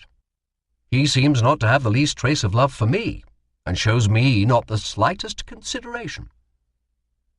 If it will do him any good, he has no hesitation in injuring me, nor does he ask himself whether the amount of advantage he gains bears any proportion to the extent of the harm he does to me. Indeed, he need not even obtain an advantage. If he can satisfy any sort of desire by it, he thinks nothing of jeering at me, insulting me, slandering me, and showing his superior power. And the more secure he feels, the more helpless I am, the more certainly I can expect him to behave like this to me. If he behaves differently, if he shows me consideration and forbearance as a stranger, I am ready to treat him in the same way. In any case, and quite apart from any precept. Indeed, if this grandiose commandment had run, "Love thy neighbor as thy neighbor loves thee," I should not take exception to it. And there is a second commandment which seems to me even more incomprehensible, and arouses still stronger opposition in me. It is, "Love thine enemies." If I think it over, however, I see that I am wrong in treating it as a greater imposition. At bottom, it is the same thing. I think I can now hear a dignified voice admonishing me. It is precisely because your neighbor is not worthy of love and is, on the contrary, your enemy that you should love him as yourself. I then understand that the case is one like that of credo quia absurdum. Now, it is very probable that my neighbor, when he is enjoined to love me as himself, will answer exactly as I have done and will repel me for the same reasons. I hope he will not have the same objective grounds for doing so, but he will have the same idea as I have. Even so, the behavior of human beings shows differences, which ethics, disregarding the fact that such differences are determined, classifies as good or bad. So long as these undeniable differences have not been removed, obedience to high ethical demands entails damage to the aims of civilization, for it puts a positive premium on being bad. One is irresistibly reminded of an incident in the French chamber when capital punishment was being debated. A member had been passionately supporting its abolition, and his speech was being received with tumultuous applause, when a voice from the hall called out, "Que Monsieur les Assassins commence!" The element of truth behind all this, which people are so ready to disavow, is that men are not gentle creatures who want to be loved, and who at the most can defend themselves if they are attacked. They are, on the contrary, creatures among whose instinctual endowments is to be reckoned a powerful share of aggressiveness. As a result, their neighbor is for them not only a potential helper or sexual object, but also someone who tempts them to satisfy their aggressiveness on him, to exploit his capacity for work without compensation, to use him sexually without his consent, to seize his possessions, to humiliate him, to cause him pain, to torture, and to kill him. Homo homini lupus. Who, in the face of all his experience of life and of history, will have the courage to dispute this assertion? As a rule, this cruel aggressiveness waits for some provocation or puts itself at the service of some other purpose whose goal might also have been reached by milder measures. In circumstances that are favorable to it, when the mental counterforces which ordinarily inhibit it are out of action, it also manifests itself spontaneously, and reveals man as a savage beast to whom consideration towards his own kind is something alien. Anyone who calls to mind the atrocities committed during the racial migrations or the invasions of the Huns, or by the people known as Mongols under Genghis Khan and Tamerlane, or the capture of Jerusalem by the pious Crusaders, or even indeed the horrors of the recent World War. Anyone who calls these things to mind will have to bow humbly before the truth of this view. The existence of this inclination to aggression, which we can detect in ourselves and justly assume to be present in others, is the factor which disturbs our relations with our neighbor and which forces civilization into such a high expenditure of energy. In consequence of this primary mutual hostility of human beings, civilized society is perpetually threatened with disintegration. The interest of work in common would not hold it together. Instinctual passions are stronger than reasonable interests. Civilization has to use its utmost efforts in order to set limits to man's aggressive instincts, and to hold the manifestations of them in check by psychical reaction formations. Hence, therefore, the use of methods intended to incite people into identifications and aim-inhibited relationships of love. Hence the restriction upon sexual life. And hence, too, the ideal's commandment to love one's neighbor as oneself. A commandment which is really justified by the fact that nothing else runs so strongly counter to the original nature of man. In spite of every effort, these endeavors of civilization have not so far achieved very much. It hopes to prevent the crudest excesses of brutal violence by itself assuming the right to use violence against criminals. But the law is not able to lay hold of the more cautious and refined manifestations of human aggressiveness. The time comes when each one of us has to give up as illusions the expectations which, in his youth, he pinned upon his fellow men, and when he may learn how much difficulty and pain has been added to his life by their ill will. At the same time, it would be unfair to reproach civilization with trying to eliminate strife and competition from human activity. These things are undoubtedly indispensable, but opposition is not necessarily enmity. It is merely misused and made an occasion for enmity. The communists believe that they have found the path to deliverance from our evils. According to them, man is wholly good and is well disposed to his neighbor. But the institution of private property has corrupted his nature. The ownership of private wealth gives the individual power, and with it the temptation to ill-treat his neighbor, while the man who is excluded from possession is bound to rebel in hostility against his oppressor. If private property were abolished, all wealth held in common, and everyone allowed to share in the enjoyment of it, ill will and hostility would disappear among men. Since everyone's needs would be satisfied, no one would have any reason to regard another as his enemy. All would willingly undertake the work that was necessary. I have no concern with any economic criticisms of the communist system. I cannot inquire into whether the abolition of private property is expedient or advantageous. But I am able to recognize that the psychological premises on which the system is based are an untenable illusion. In abolishing private property, we deprive the human love of aggression of one of its instruments, certainly a strong one, though certainly not the strongest. But we have in no way altered the differences in power and influence which are misused by aggressiveness, nor have we altered anything in its nature. Aggressiveness was not created by property. It reigned almost without limit in primitive times, when property was still very scanty. And it already shows itself in the nursery almost before property has given up its primal, anal form. It forms the basis of every relation of affection and love among people, with the single exception, perhaps, of the mother's relation to her male child. If we do away with personal rights over material wealth, there still remains prerogative in the field of sexual relationships, which is bound to become the source of the strongest dislike and the most violent hostility among men who, in other respects, are on an equal footing. If we were to remove this factor too by allowing complete freedom of sexual life and thus abolishing the family, the germ cell of civilization, we cannot, it is true, easily foresee what new paths the development of civilization could take.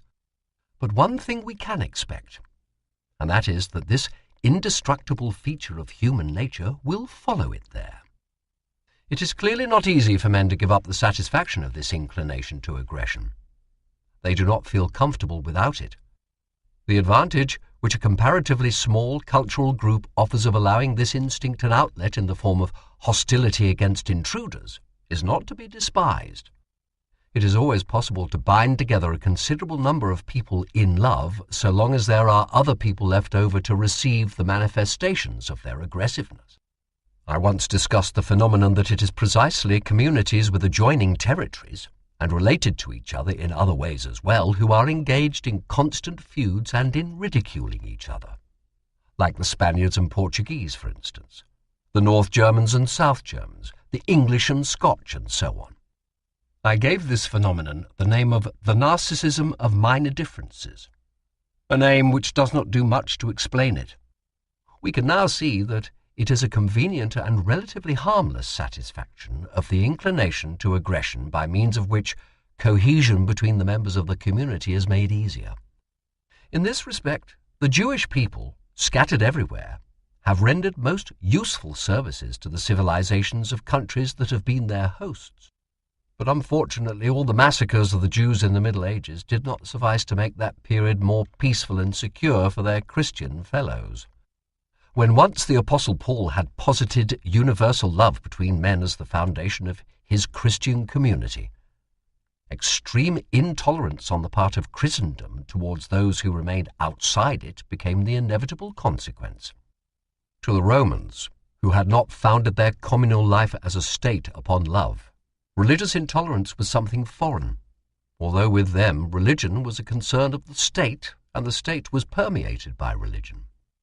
Neither was it as unaccountable chance that the dream of a Germanic world dominion called for anti-Semitism as its complement. And it is intelligible that the attempt to establish a new communist civilization in Russia should find its psychological support in the persecution of the bourgeois. One only wonders with concern what the Soviets will do after they have wiped out their bourgeois. If civilization imposes such great sacrifices not only on man's sexuality but on his aggressivity, we can understand better why it is hard for him to be happy in that civilization.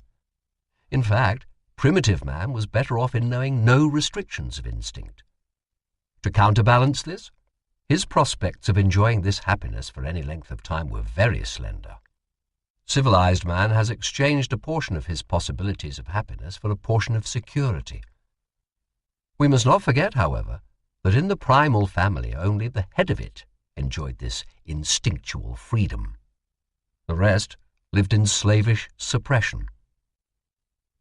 In that primal period of civilization, the contrast between a minority who enjoyed the advantages of civilization and a majority who were robbed of those advantages was, therefore, carried to extremes. As regards the primitive peoples who exist today, careful researches have shown that their instinctual life is by no means to be envied for its freedom. It is subject to restrictions of a different kind, but perhaps of greater severity than those attaching to modern civilized man. When we justly find fault with the present state of our civilization for so inadequately fulfilling our demands for a plan of life that shall make us happy, and for allowing the existence of so much suffering which could probably be avoided, when, with unsparing criticism, we try to uncover the roots of its imperfection, we are undoubtedly exercising a proper right, and are not showing ourselves enemies of civilization. We may expect gradually to carry through such alterations in our civilization as will better satisfy our needs and will escape our criticisms. But perhaps we may also familiarize ourselves with the idea that there are difficulties attaching to the nature of civilization which will not yield to any attempt at reform. Over and above the tasks of restricting the instincts which we are prepared for, there forces itself on our notice the danger of a state of things which might be termed the psychological poverty of groups. This danger is most threatening where the bonds of a society are chiefly constituted by the identification of its members with one another, while individuals of the leader type do not acquire the importance that should fall to them in the formation of a group. The present cultural state of America would give us a good opportunity for studying the damage to civilization which is thus to be feared. But I shall avoid the temptation of entering upon a critique of American civilization. I do not wish to give an impression of wanting myself to employ American methods. 6.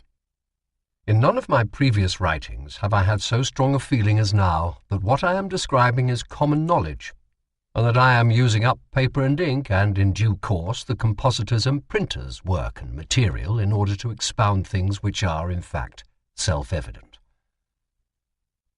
For that reason, I should be glad to seize the point if it were to appear that the recognition of a special, independent, aggressive instinct means an alteration of the psychoanalytic theory of the instincts. We shall see, however, that this is not so, and that it is merely a matter of bringing into sharper focus a turn of thought arrived at long ago and of following out its consequences. Of all the slowly developed parts of analytic theory, the theory of the instincts is the one that has felt its way the most painfully forward. And yet that theory was so indispensable to the whole structure that something had to be put in its place.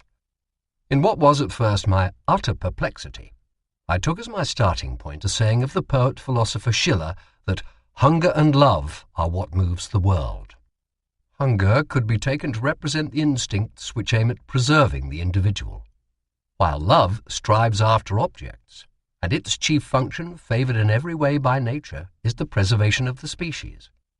Thus, to begin with, ego instincts and object instincts confronted each other. It was to denote the energy of the latter and only the latter instincts that I introduced the term libido. Thus the antithesis was between the ego instincts and the libidinal instincts of love, in its widest sense, which were directed to an object. One of these object instincts, the sadistic instinct, stood out from the rest, it is true, in that its aim was so very far from being loving. Moreover, it was obviously in some respects attached to the ego instincts.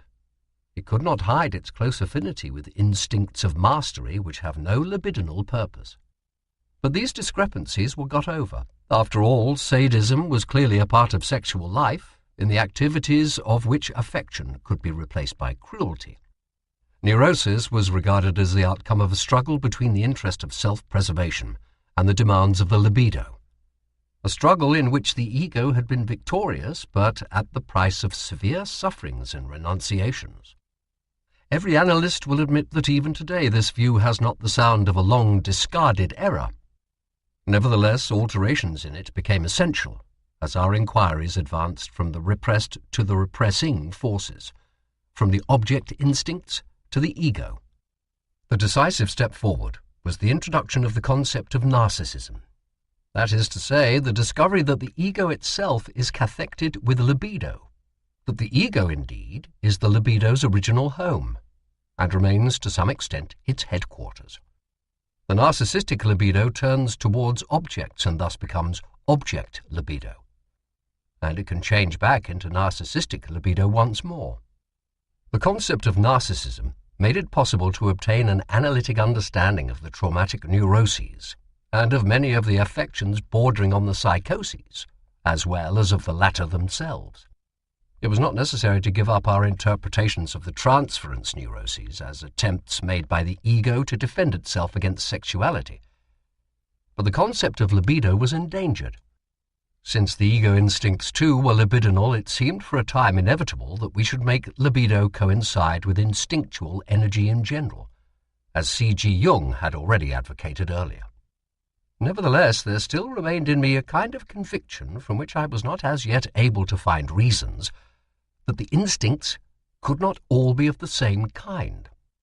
My next step was taken in Beyond the Pleasure Principle, 1920, when the compulsion to repeat and the conservative character of instinctual life first attracted my attention. Starting from speculations on the beginning of life and from biological parallels, I drew the conclusion that, besides the instinct to preserve living substance and to join it into ever larger units, there must exist another, contrary instinct, seeking to dissolve those units and to bring them back to their primeval, inorganic state. That is to say, as well as eros, there was an instinct of death. The phenomena of life could be explained from the concurrent or mutually opposing action of these two instincts. It was not easy, however, to demonstrate the activities of this supposed death instinct. The manifestations of eros were conspicuous and noisy enough. It might be assumed that the death instinct operated silently within the organism towards its dissolution. But that, of course, was no proof. A more fruitful idea was that a portion of the instinct is diverted towards the external world and comes to light as an instinct of aggressiveness and destructiveness. In this way, the instinct itself could be pressed into the service of eros, in that the organism was destroying some other thing, whether animate or inanimate, instead of destroying its own self. Conversely, any restriction of this aggressiveness directed outwards would be bound to increase the self-destruction, which is, in any case, proceeding. At the same time, one can suspect from this example that the two kinds of instinct seldom, perhaps never, appear in isolation from each other, but are alloyed with each other in varying and very different proportions, and so become unrecognizable to our judgment. In sadism, long since known to us as a component instinct of sexuality, we should have before us a particularly strong alloy of this kind between trends of love and the destructive instinct, while its counterpart, masochism, would be a union between destructiveness directed inwards and sexuality, a union which makes what is otherwise an imperceptible trend into a conspicuous and tangible one. The assumption of the existence of an instinct of death or destruction has met with resistance even in analytic circles. I am aware that there is a frequent inclination rather to ascribe whatever is dangerous and hostile in love to an original bipolarity in its own nature. To begin with, it was only tentatively that I put forward the views I have developed here, but in the course of time they have gained such a hold upon me that I can no longer think in any other way. To my mind, they are far more serviceable from a theoretical standpoint than any other possible ones. They provide that simplification without either ignoring or doing violence to the facts, for which we strive in scientific work. I know that in sadism and masochism we have always seen before us manifestations of the destructive instinct, directed outwards and inwards, strongly alloyed with erotism. But I no longer understand how we can have overlooked the ubiquity of non-erotic aggressivity and destructiveness, and can have failed to give it its due place in our interpretation of life. The desire for destruction, when it is directed inwards, mostly eludes our perception, of course, unless it is tinged with erotism. I remember my own defensive attitude when the idea of an instinct of destruction first emerged in psychoanalytic literature, and how long it took before I became receptive to it. That others should have shown and still show the same attitude of rejection surprises me less. For little children do not like it, when there is talk of the inborn human inclination to badness, to aggressiveness and destructiveness, and so to cruelty as well. God has made them in the image of His own perfection. Nobody wants to be reminded how hard it is to reconcile the undeniable existence of evil, despite the protestations of Christian Science, with his all-powerfulness or his all-goodness. The devil would be the best way out as an excuse for God. In that way, he would be playing the same part as an agent of economic discharge as the Jew does in the world of the Aryan ideal. But even so, one can hold God responsible for the existence of the devil just as well as for the existence of the wickedness which the devil embodies. In view of these difficulties, each of us will be well advised, on some suitable occasion, to make a low bow to the deeply moral nature of mankind. It will help us to be generally popular, and much will be forgiven us for it. The name libido can once more be used to denote the manifestations of the power of eros in order to distinguish them from the energy of the death instinct. It must be confessed that we have much greater difficulty in grasping that instinct. We can only suspect it, as it were, as something in the background behind eros, and it escapes detection unless its presence is betrayed by its being alloyed with eros. It is in sadism, where the death instinct twists the erotic aim in its own sense and yet at the same time fully satisfies the erotic urge, that we succeed in obtaining the clearest insight into its nature and its relation to eros. But even where it emerges without any sexual purpose, in the blindest fury of destructiveness, we cannot fail to recognize that the satisfaction of the instinct is accompanied by an extraordinarily high degree of narcissistic enjoyment, owing to its presenting the ego with the fulfillment of the latter's old wishes for omnipotence. The instinct of destruction, moderated and tamed, and, as it were, inhibited in its aim, must, when it is directed towards objects, provide the ego with the satisfaction of its vital needs and with control over nature. Since the assumption of the existence of the instinct is mainly based on theoretical grounds, we must also admit that it is not entirely proof against theoretical objections. But this is how things appear to us now in the present state of our knowledge. Future research and reflection will no doubt bring further light, which will decide the matter. In all that follows, I adopt the standpoint, therefore, that the inclination to aggression is an original, self-subsisting instinctual disposition in man, and I return to my view that it constitutes the greatest impediment to civilization.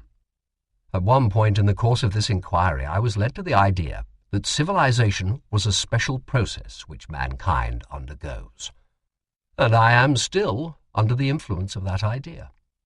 I may now add that civilization is a process in the service of eros, whose purpose is to combine single human individuals, and after that families, then races, peoples, and nations into one great unity, the unity of mankind. Why this has to happen, we do not know. The work of eros is precisely this.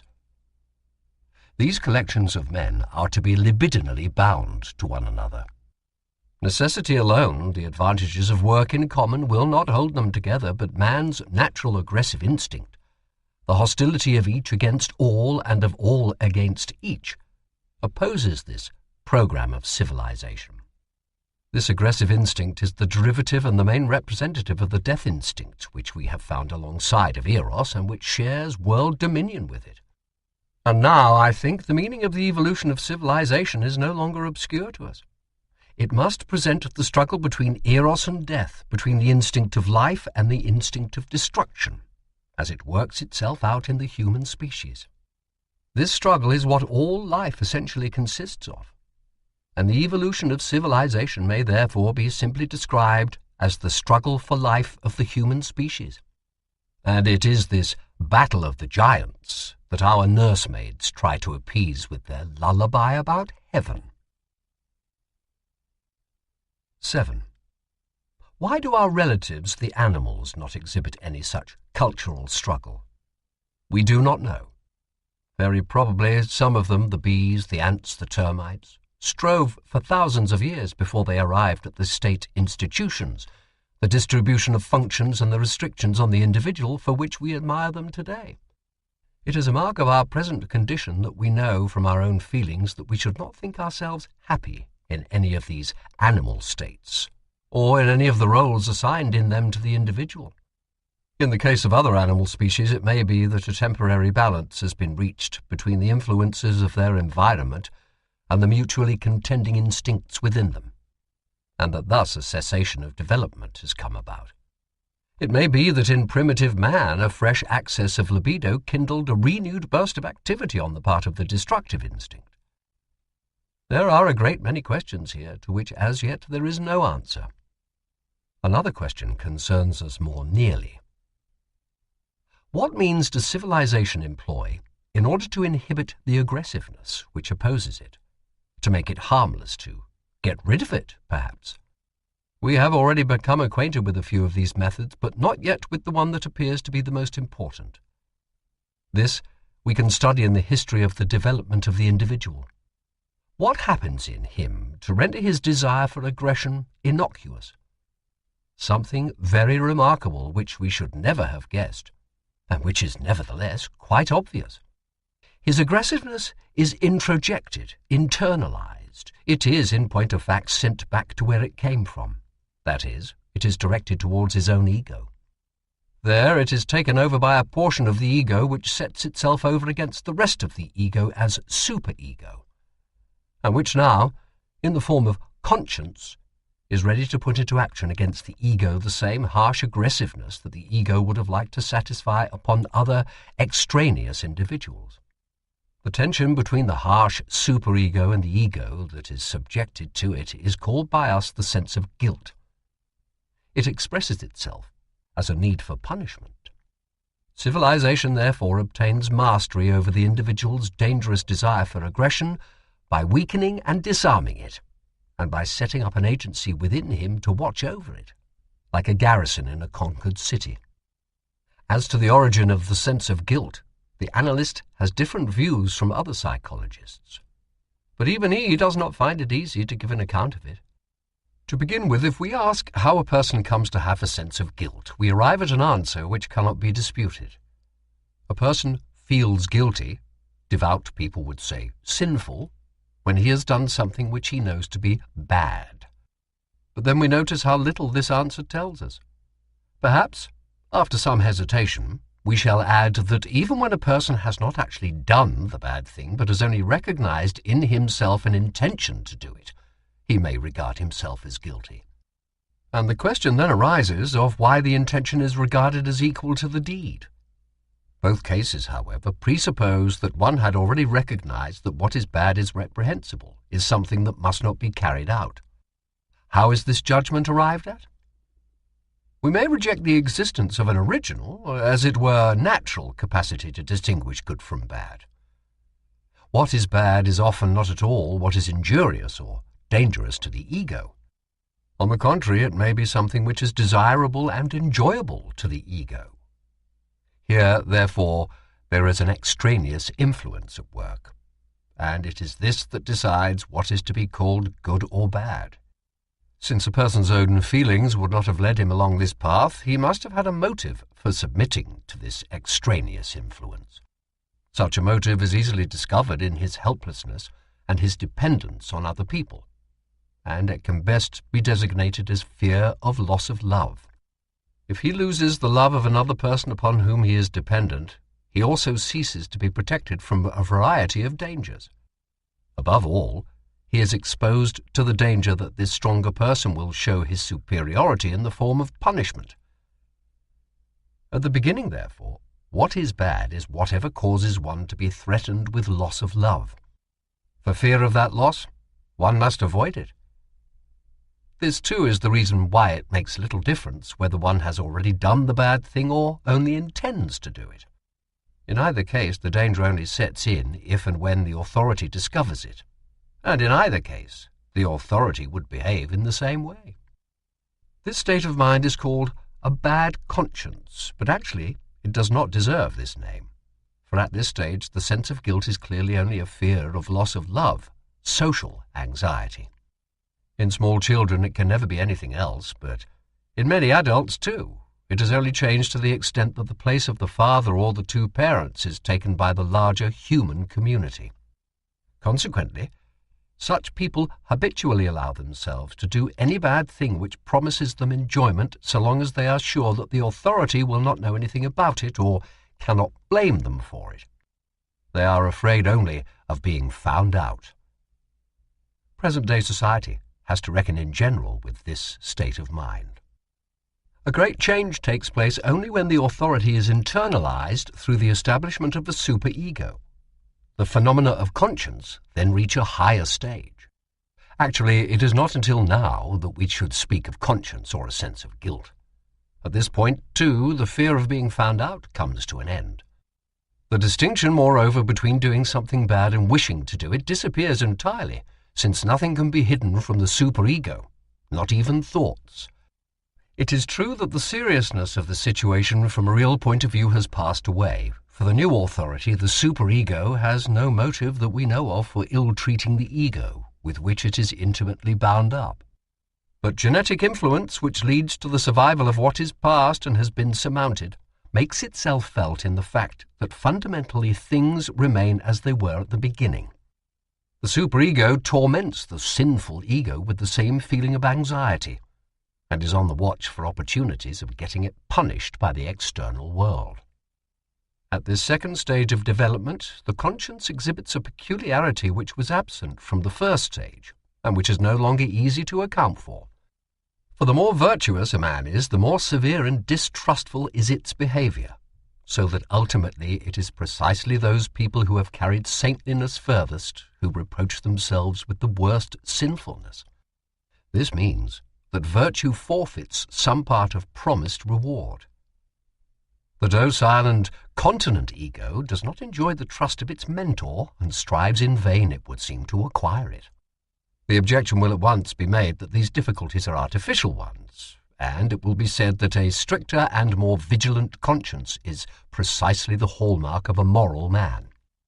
Moreover, when saints call themselves sinners, they are not so wrong, considering the temptations to instinctual satisfaction to which they are exposed in especially high degree, since, as is well known, temptations are merely increased by constant frustration, whereas an occasional satisfaction of them causes them to diminish, at least for the time being. The field of ethics, which is so full of problems, presents us with another fact, namely that ill luck, that is, external frustration, so greatly enhances the power of the conscience in the superego. As long as things go well with a man, his conscience is lenient and lets the ego do all sorts of things. But when misfortune befalls him, he searches his soul, acknowledges his sinfulness, heightens the demands of his conscience, imposes abstinences on himself, and punishes himself with penances. Whole peoples have behaved in this way, and still do. This, however, is easily explained by the original infantile stage of conscience, which, as we see, is not given up after the introjection into the superego, but persists alongside of it and behind it. Fate is regarded as a substitute for the parental agency. If a man is unfortunate, it means that he is no longer loved by this highest power, and threatened by such a loss of love, he once more bows to the parental representative in his superego, a representative whom, in his days of good fortune, he was ready to neglect. This becomes especially clear where fate is looked upon in the strictly religious sense of being nothing else than an expression of the divine will.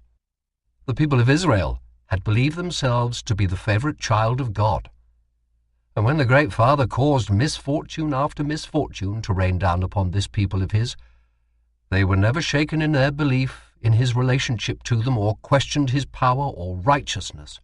Instead, they produced the prophets, who held up their sinfulness before them, and out of their sense of guilt, they created the over-strict commandments of their priestly religion. It is remarkable how differently a primitive man behaves. If he has met with a misfortune, he does not throw the blame on himself, but on his fetish, which has obviously not done its duty, and he gives it a thrashing instead of punishing himself. Thus we know of two origins of the sense of guilt, one arising from fear of an authority, and the other, later on, arising from fear of the superego. The first insists upon a renunciation of instinctual satisfactions.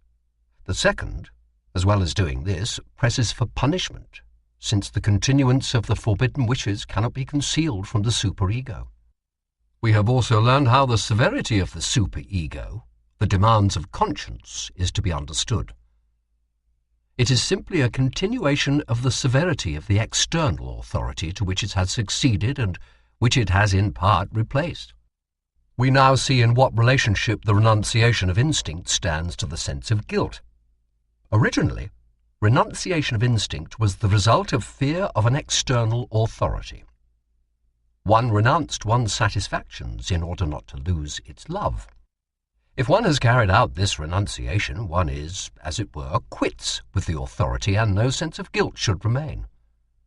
But with fear of the superego, the case is different. Here, instinctual renunciation is not enough, for the wish persists and cannot be concealed from the superego. Thus, in spite of the renunciation that has been made, a sense of guilt comes about.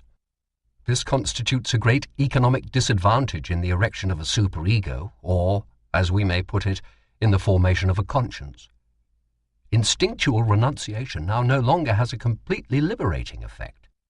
Virtuous continence is no longer rewarded with the assurance of love.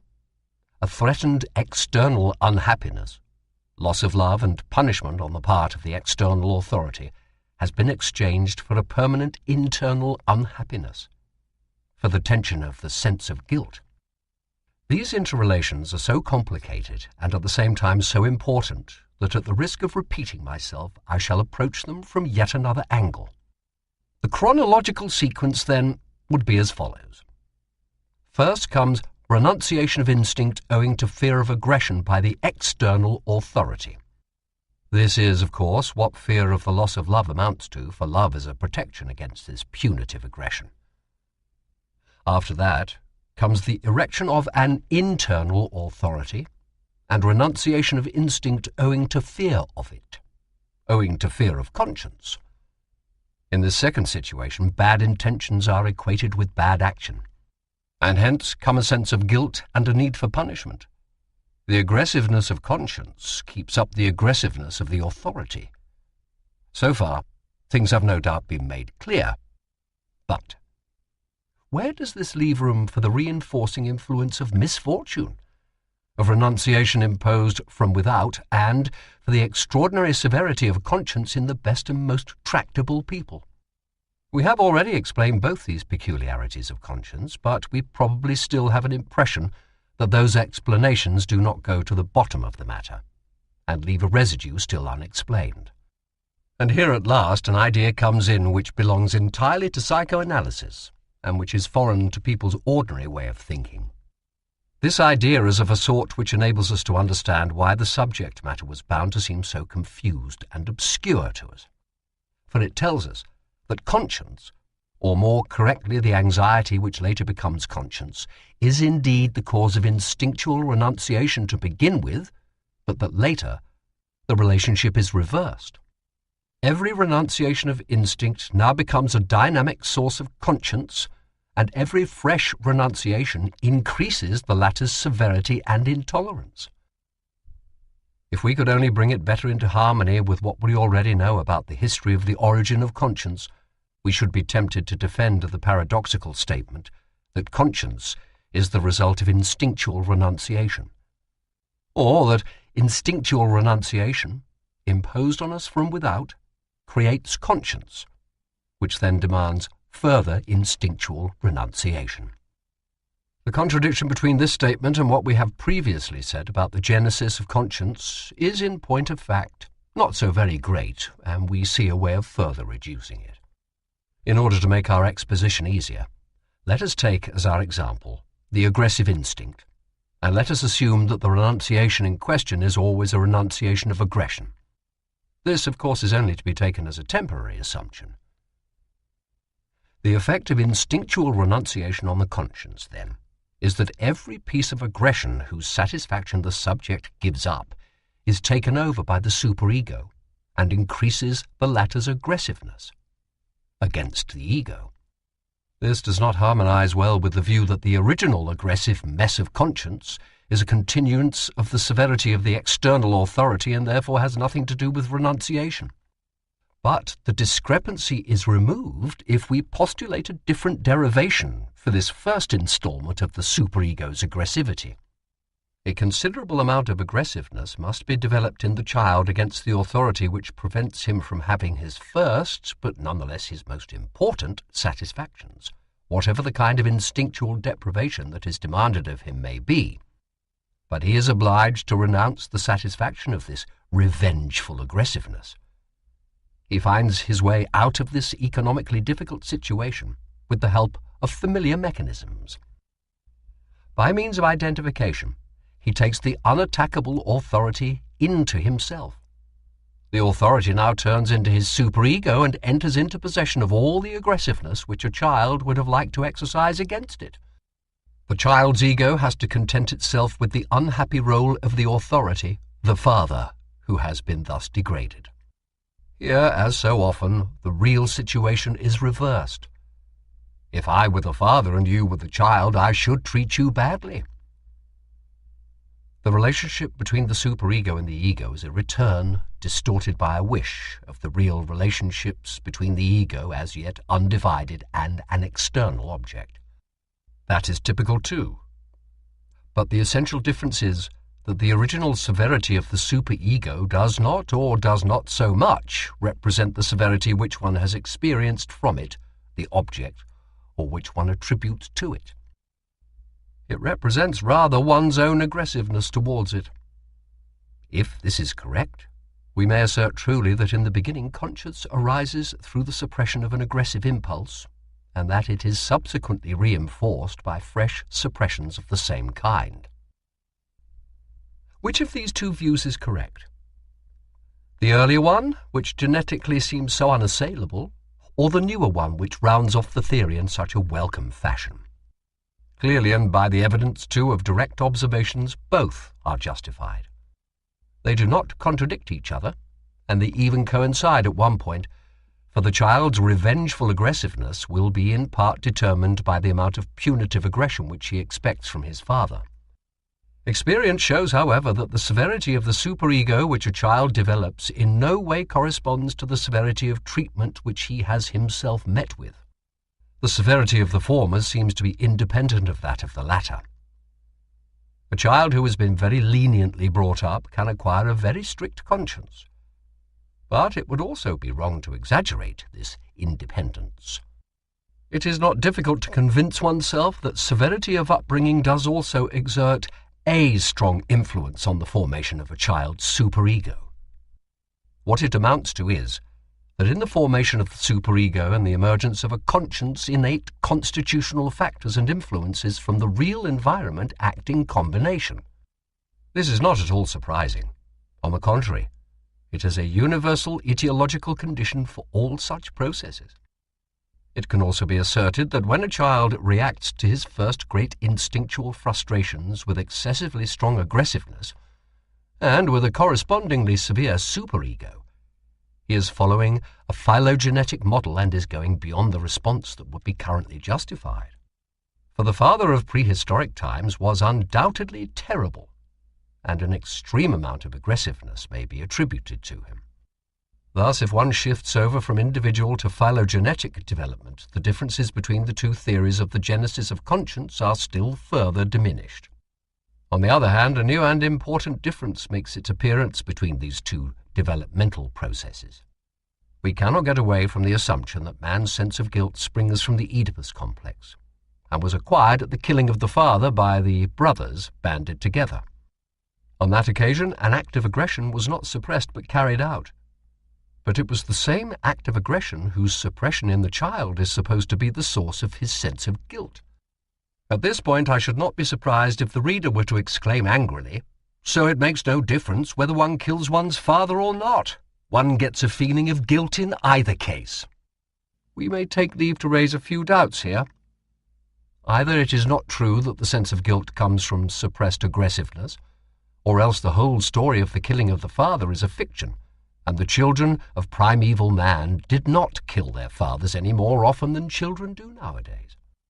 Besides, if it is not a fiction but a plausible piece of history, it would be a case of something happening which everyone expects to happen, namely, of a person feeling guilty because he really has done something which cannot be justified. And of this event, which is after all an everyday occurrence, psychoanalysis has not yet given any explanation. That is true, and we must make good the omission. Nor is there any great secret about the matter. When one has a sense of guilt after having committed a misdeed, and because of it, the feeling should more properly be called remorse. It relates only to a deed that has been done, and of course it presupposes that a conscience, the readiness to feel guilty, was already in existence before the deed took place. Remorse of this sort can, therefore, never help us to discover the origin of conscience and of the sense of guilt in general. What happens in these everyday cases is usually this. An instinctual need acquires the strength to achieve satisfaction in spite of the conscience, which is, after all, limited in its strength. And with the natural weakening of the need owing to its having been satisfied, the former balance of power is restored. Psychoanalysis is thus justified in excluding from the present discussion the case of a sense of guilt due to remorse, however frequently such cases occur and however great their practical importance. But if the human sense of guilt goes back to the killing of the primal father, that was, after all, a case of remorse. Are we to assume that, at that time, a conscience and a sense of guilt were not, as we have presupposed, in existence before the deed? If not, where, in this case, did the remorse come from? There is no doubt that this case should explain the secret of the sense of guilt to us and put an end to our difficulties. And I believe it does. This remorse was the result of the primordial ambivalence of feeling towards the father. His sons hated him, but they loved him too. After their hatred had been satisfied by their act of aggression, their love came to the fore in their remorse for the deed. It set up the superego by identification with the father. It gave that agency the father's power, as though as a punishment for the deed of aggression they had carried out against him, and it created the restrictions which were intended to prevent a repetition of the deed. And since the inclination to aggressiveness against the father was repeated in the following generations, the sense of guilt too persisted, and it was reinforced once more by every piece of aggressiveness that was suppressed and carried over to the superego. Now I think we can at last grasp two things perfectly clearly: the part played by love in the origin of conscience, and the fatal inevitability of the sense of guilt. Whether one has killed one's father or has abstained from doing so is not really the decisive thing. One is bound to feel guilty in either case, for the sense of guilt is an expression of the conflict due to ambivalence, of the eternal struggle between eros and the instinct of destruction or death. This conflict is set going as soon as men are faced with the task of living together.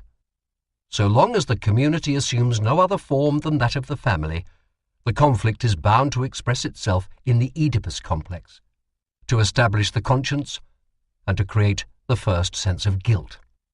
When an attempt is made to widen the community, the same conflict is continued in forms which are dependent on the past, and it is strengthened and results in a further intensification of the sense of guilt. Since civilization obeys an internal erotic impulsion which causes human beings to unite in a closely knit group, it can only achieve this aim through an ever-increasing reinforcement of the sense of guilt. What began in relation to the father is completed in relation to the group. If civilization is a necessary course of development from the family to humanity as a whole, then, as a result of the inborn conflict arising from ambivalence of the eternal struggle between the trends of love and death, there is inextricably bound up with it an increase of the sense of guilt, which will perhaps reach heights that the individual finds hard to tolerate. One is reminded of the great poet's moving arraignment of the heavenly powers.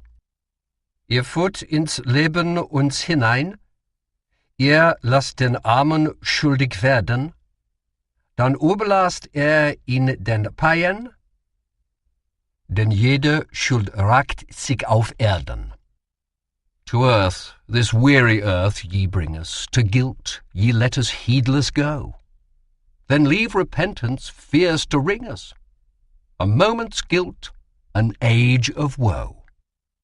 And we may well heave a sigh of relief at the thought that it is nevertheless vouchsafed to a few to salvage without effort from the whirlpool of their own feelings the deepest truths, towards which the rest of us have to find our way through tormenting uncertainty and with restless groping. 8. Having reached the end of his journey, the author must ask his readers' forgiveness for not having been a more skilful guide and for not having spared them empty stretches of road and troublesome détours. There is no doubt that it could have been done better. I will attempt, late in the day, to make some amends.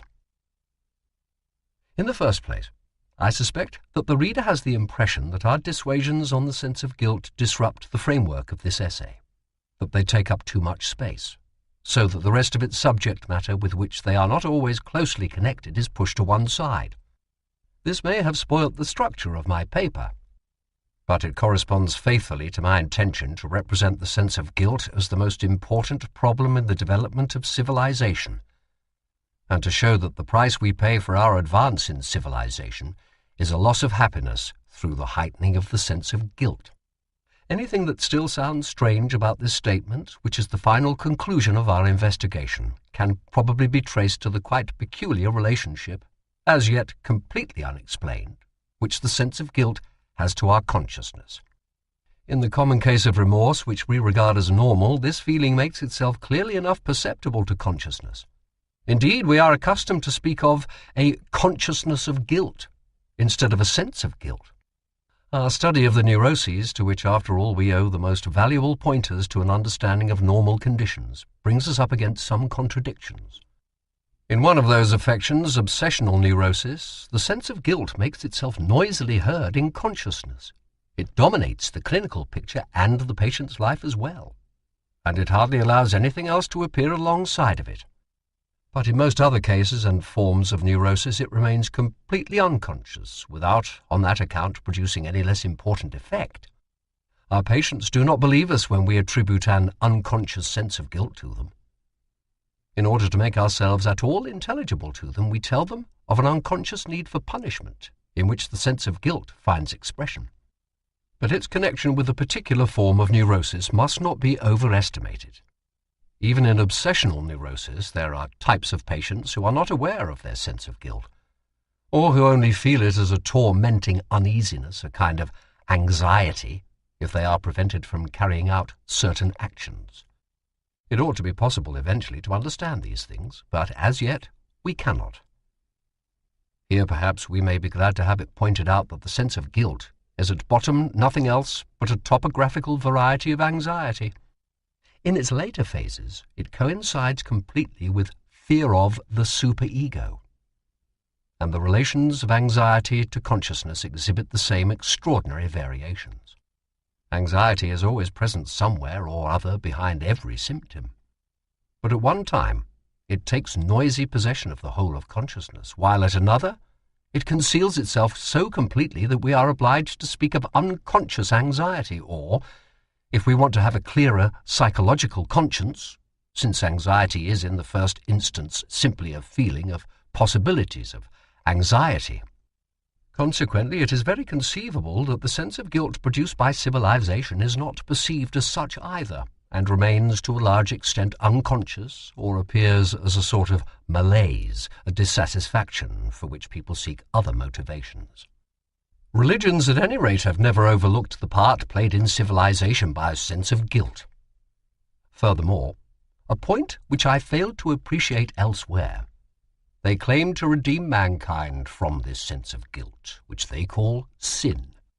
From the manner in which, in Christianity, this redemption is achieved, by the sacrificial death of a single person who in this manner takes upon himself a guilt that is common to everyone, we have been able to infer what the first occasion may have been on which this primal guilt, which was also the beginning of civilization, was acquired.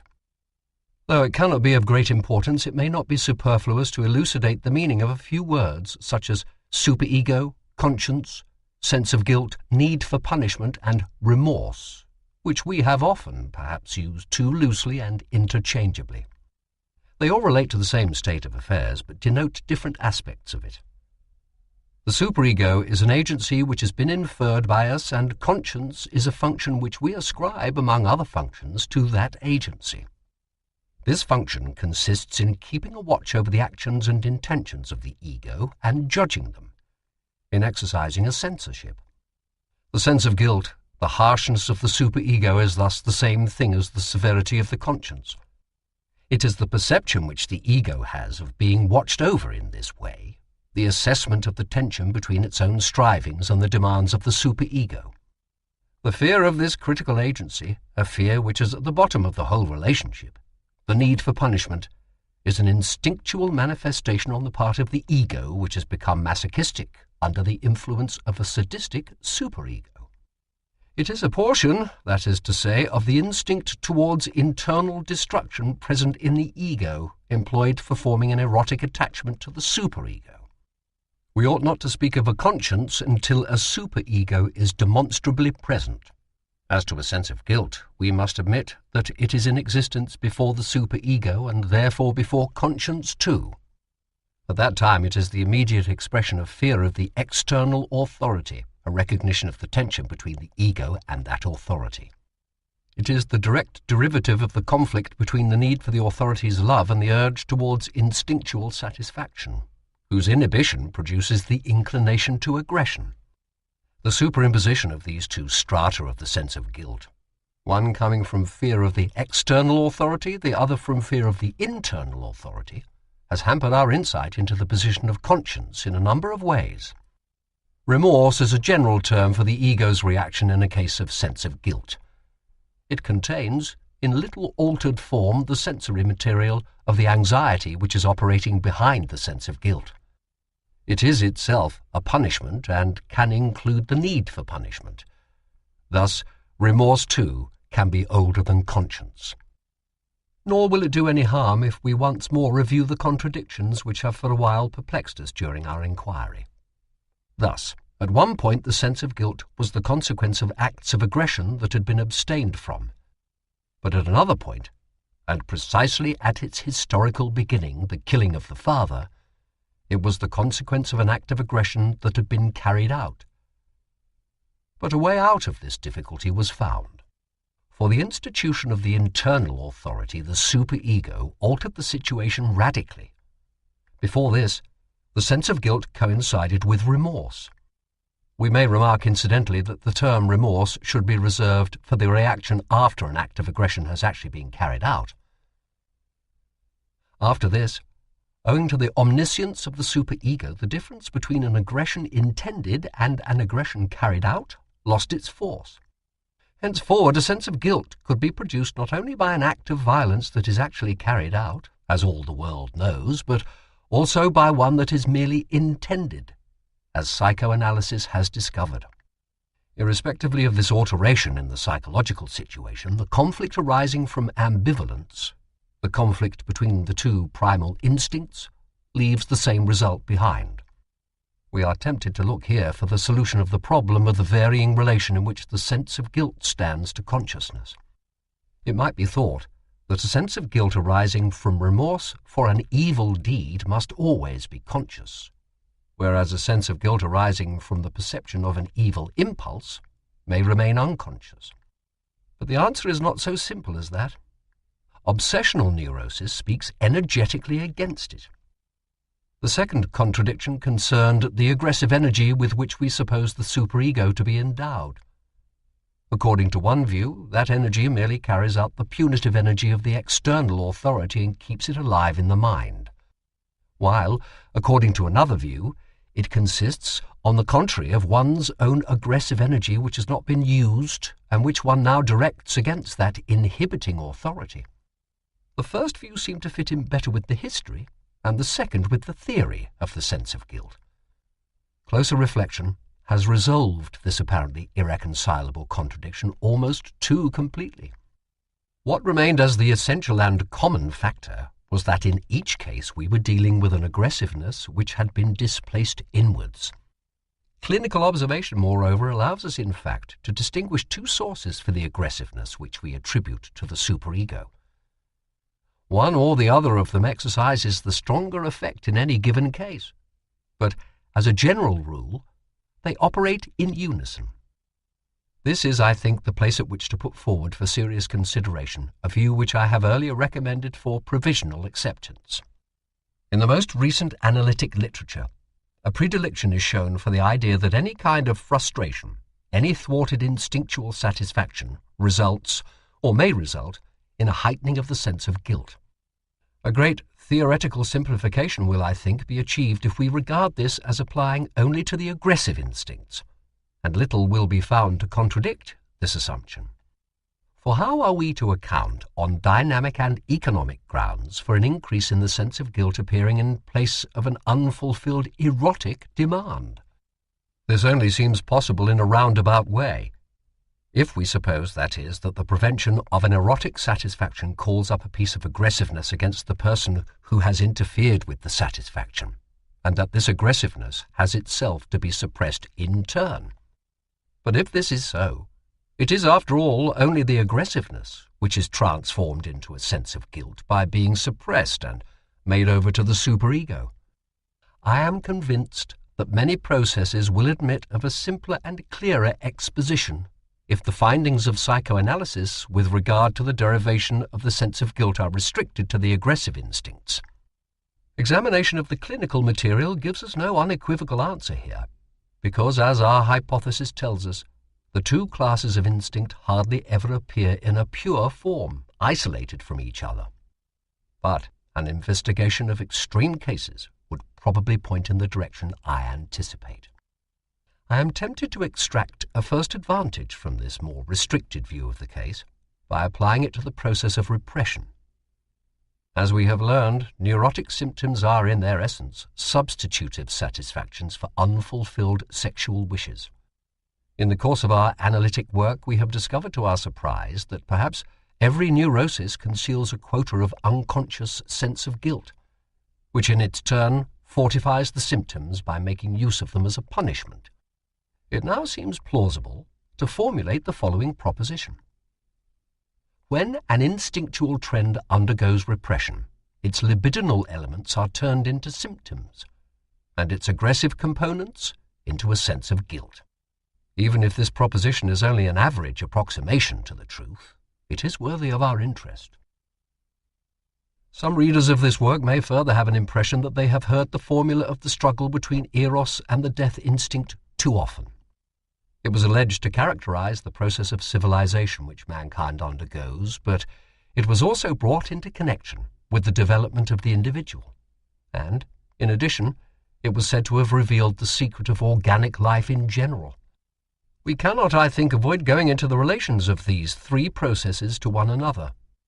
The repetition of the same formula is justified by the consideration that both the process of human civilization and of the development of the individual are also vital processes, which is to say that they must share in the most general characteristic of life. On the other hand, evidence of the presence of this general characteristic fails, for the very reason of its general nature, to help us to arrive at any differentiation between the processes, so long as it is not narrowed down by special qualifications.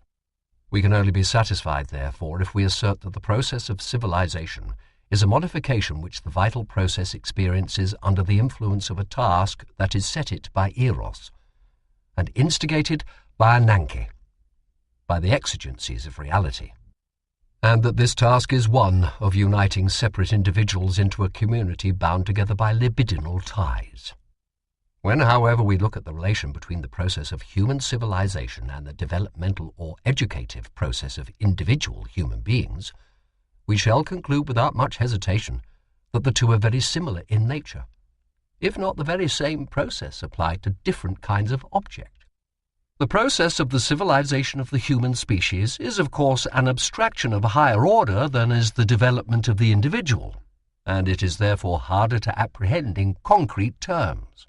Nor should we pursue analogies to an obsessional extreme.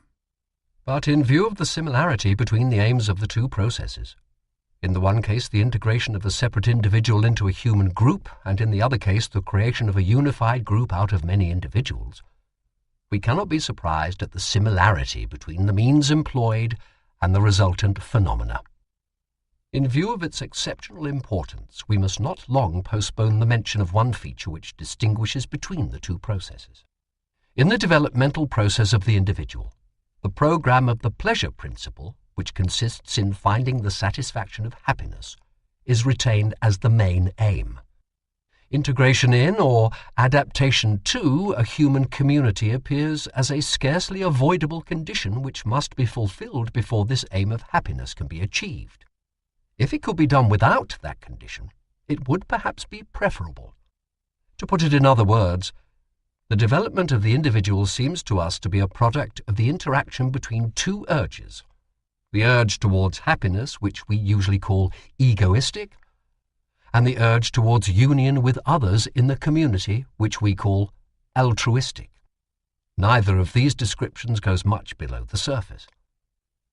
In the process of individual development, as we have said, the main accent falls mostly on the egoistic urge, or the urge towards happiness, while the other urge, which may be described as a cultural one, is usually content with the role of imposing restrictions.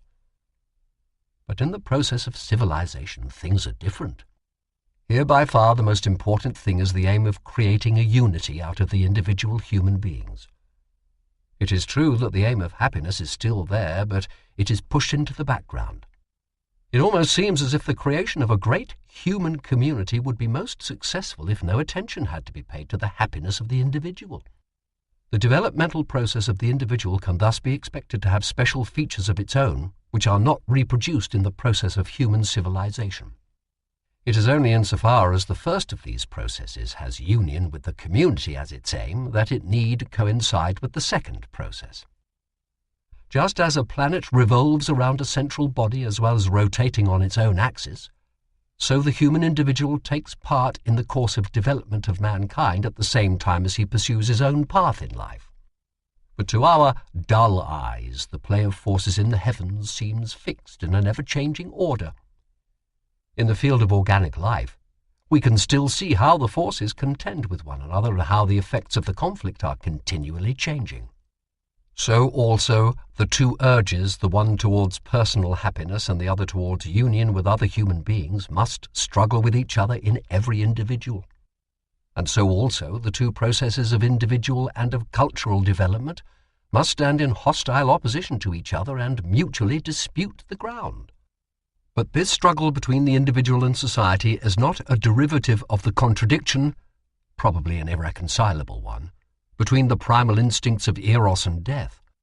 It is a dispute within the economics of the libido, comparable to the contest concerning the distribution of libido between ego and objects.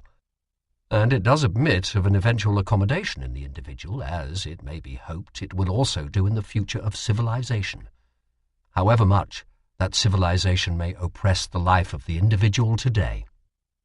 The analogy between the process of civilization and the path of individual development may be extended in an important respect.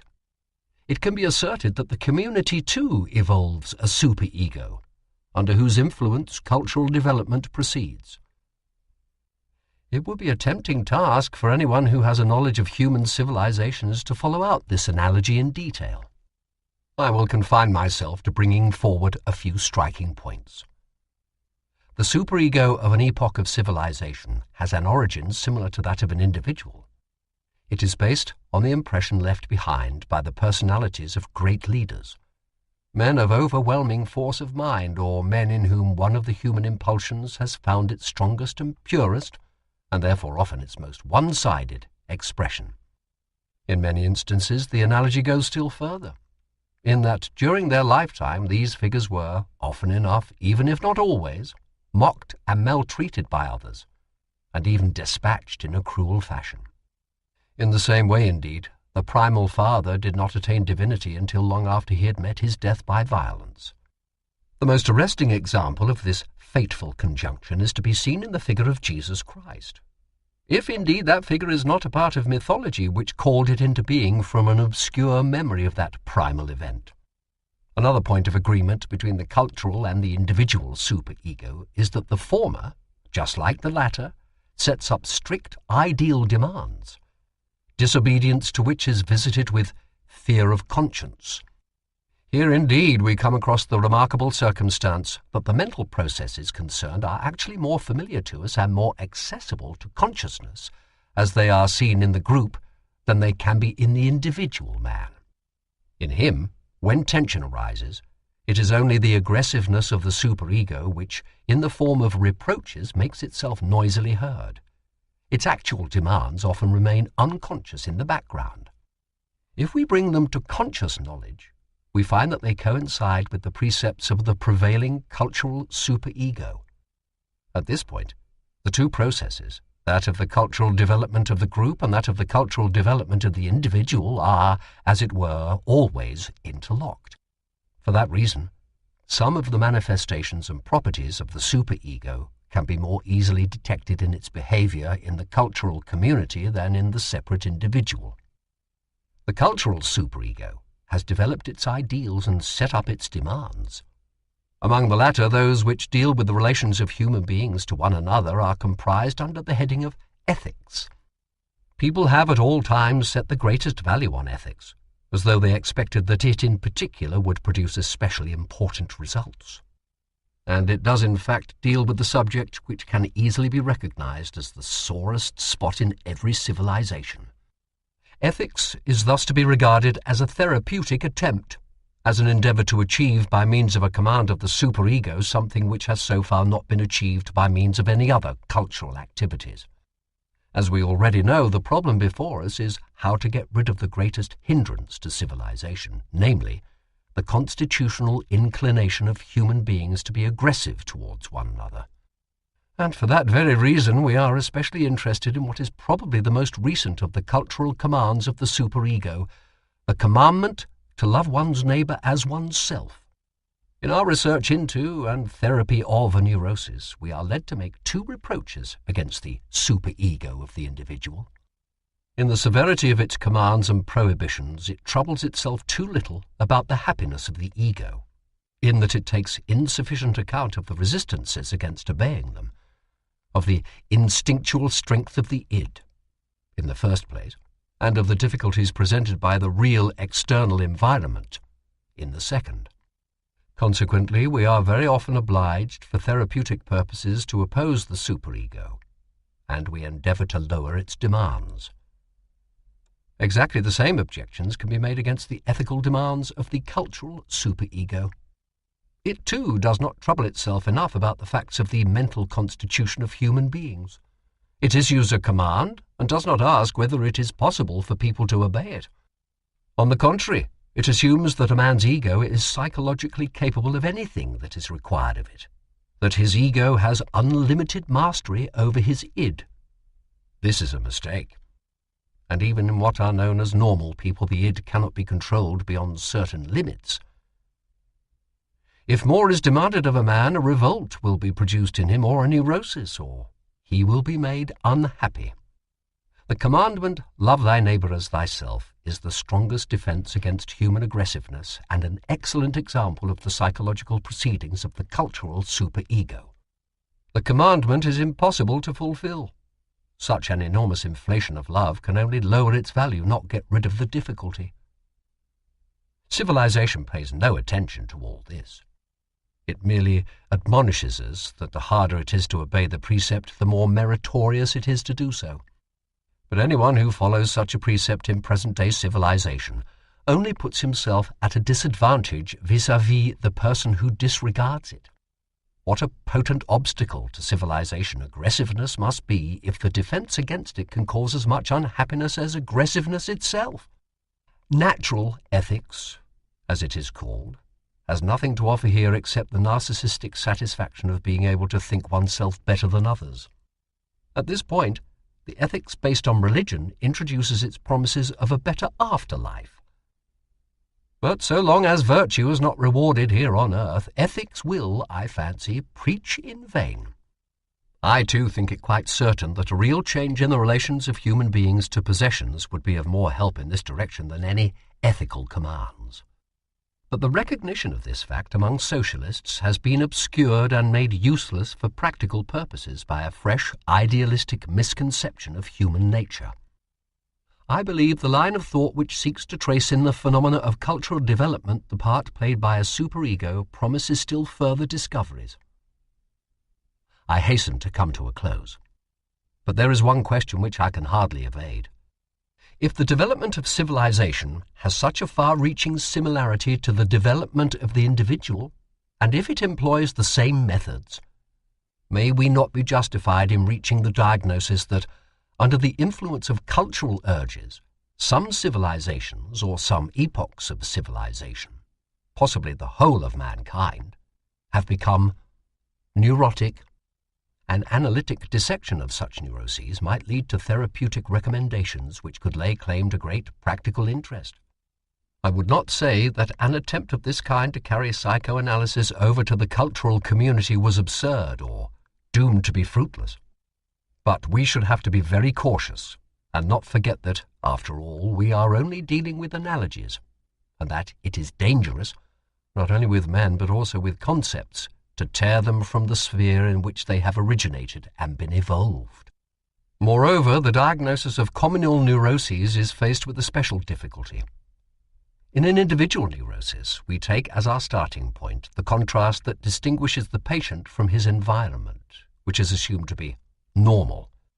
For a group, all of whose members are affected by one and the same disorder, no such background could exist. It would have to be found elsewhere. And as regards the therapeutic application of our knowledge, what would be the use of the most correct analysis of social neuroses, since no one paroles authority to impose such a therapy upon the group? But in spite of all these difficulties, we may expect that one day someone will venture to embark upon a pathology of cultural communities. For a wide variety of reasons, it is very far from my intention to express an opinion upon the value of human civilization. I have endeavored to guard myself against the enthusiastic prejudice which holds that our civilization is the most precious thing that we possess or could acquire, and that its path will necessarily lead to heights of unimagined perfection. I can at least listen without indignation to the critic who is of the opinion that when one surveys the aims of cultural endeavour and the means it employs, one is bound to come to the conclusion that the whole effort is not worth the trouble, and that the outcome of it can only be a state of affairs which the individual will be unable to tolerate. My impartiality is made all the easier to me by my knowing very little about all these things. One thing only do I know for certain, and that is that man's judgments of value follow directly his wishes for happiness, that, accordingly, they are an attempt to support his illusions with arguments. I should find it very understandable if someone were to point out the obligatory nature of the course of human civilization, and were to say, for instance, that the tendencies to a restriction of sexual life or to the institution of a humanitarian ideal at the expense of natural selection were developmental trends which cannot be averted or turned aside, and to which it is best for us to yield as though they were necessities of nature. I know, too, the objection that can be made against this, to the effect that in the history of mankind, trends such as these, which were considered unsurmountable, have often been thrown aside and replaced by other trends. Thus I have not the courage to rise up before my fellow men as a prophet, and I bow to their reproach that I can offer them no consolation. For at bottom, that is what they are all demanding. The wildest revolutionaries no less passionately than the most virtuous believers. The fateful question for the human species seems to me to be whether and to what extent their cultural development will succeed in mastering the disturbance of their communal life by the human instinct of aggression and self-destruction. It may be that in this respect precisely the present time deserves a special interest. Men have gained control over the forces of nature to such an extent that with their help they would have no difficulty in exterminating one another to the last man. They know this, and hence comes a large part of their current unrest, their unhappiness, and their mood of anxiety. And now it is to be expected that the other of the two heavenly powers, eternal Eros, will make an effort to assert himself in the struggle with his equally immortal adversary. But who can foresee with what success and with what result? This concludes Civilization and its Discontents. Please visit our website, www.tantor.com, for more information on our growing library of unabridged audiobooks and to take advantage of special offers. Or call toll-free 877-7-TANTOR to request a catalogue.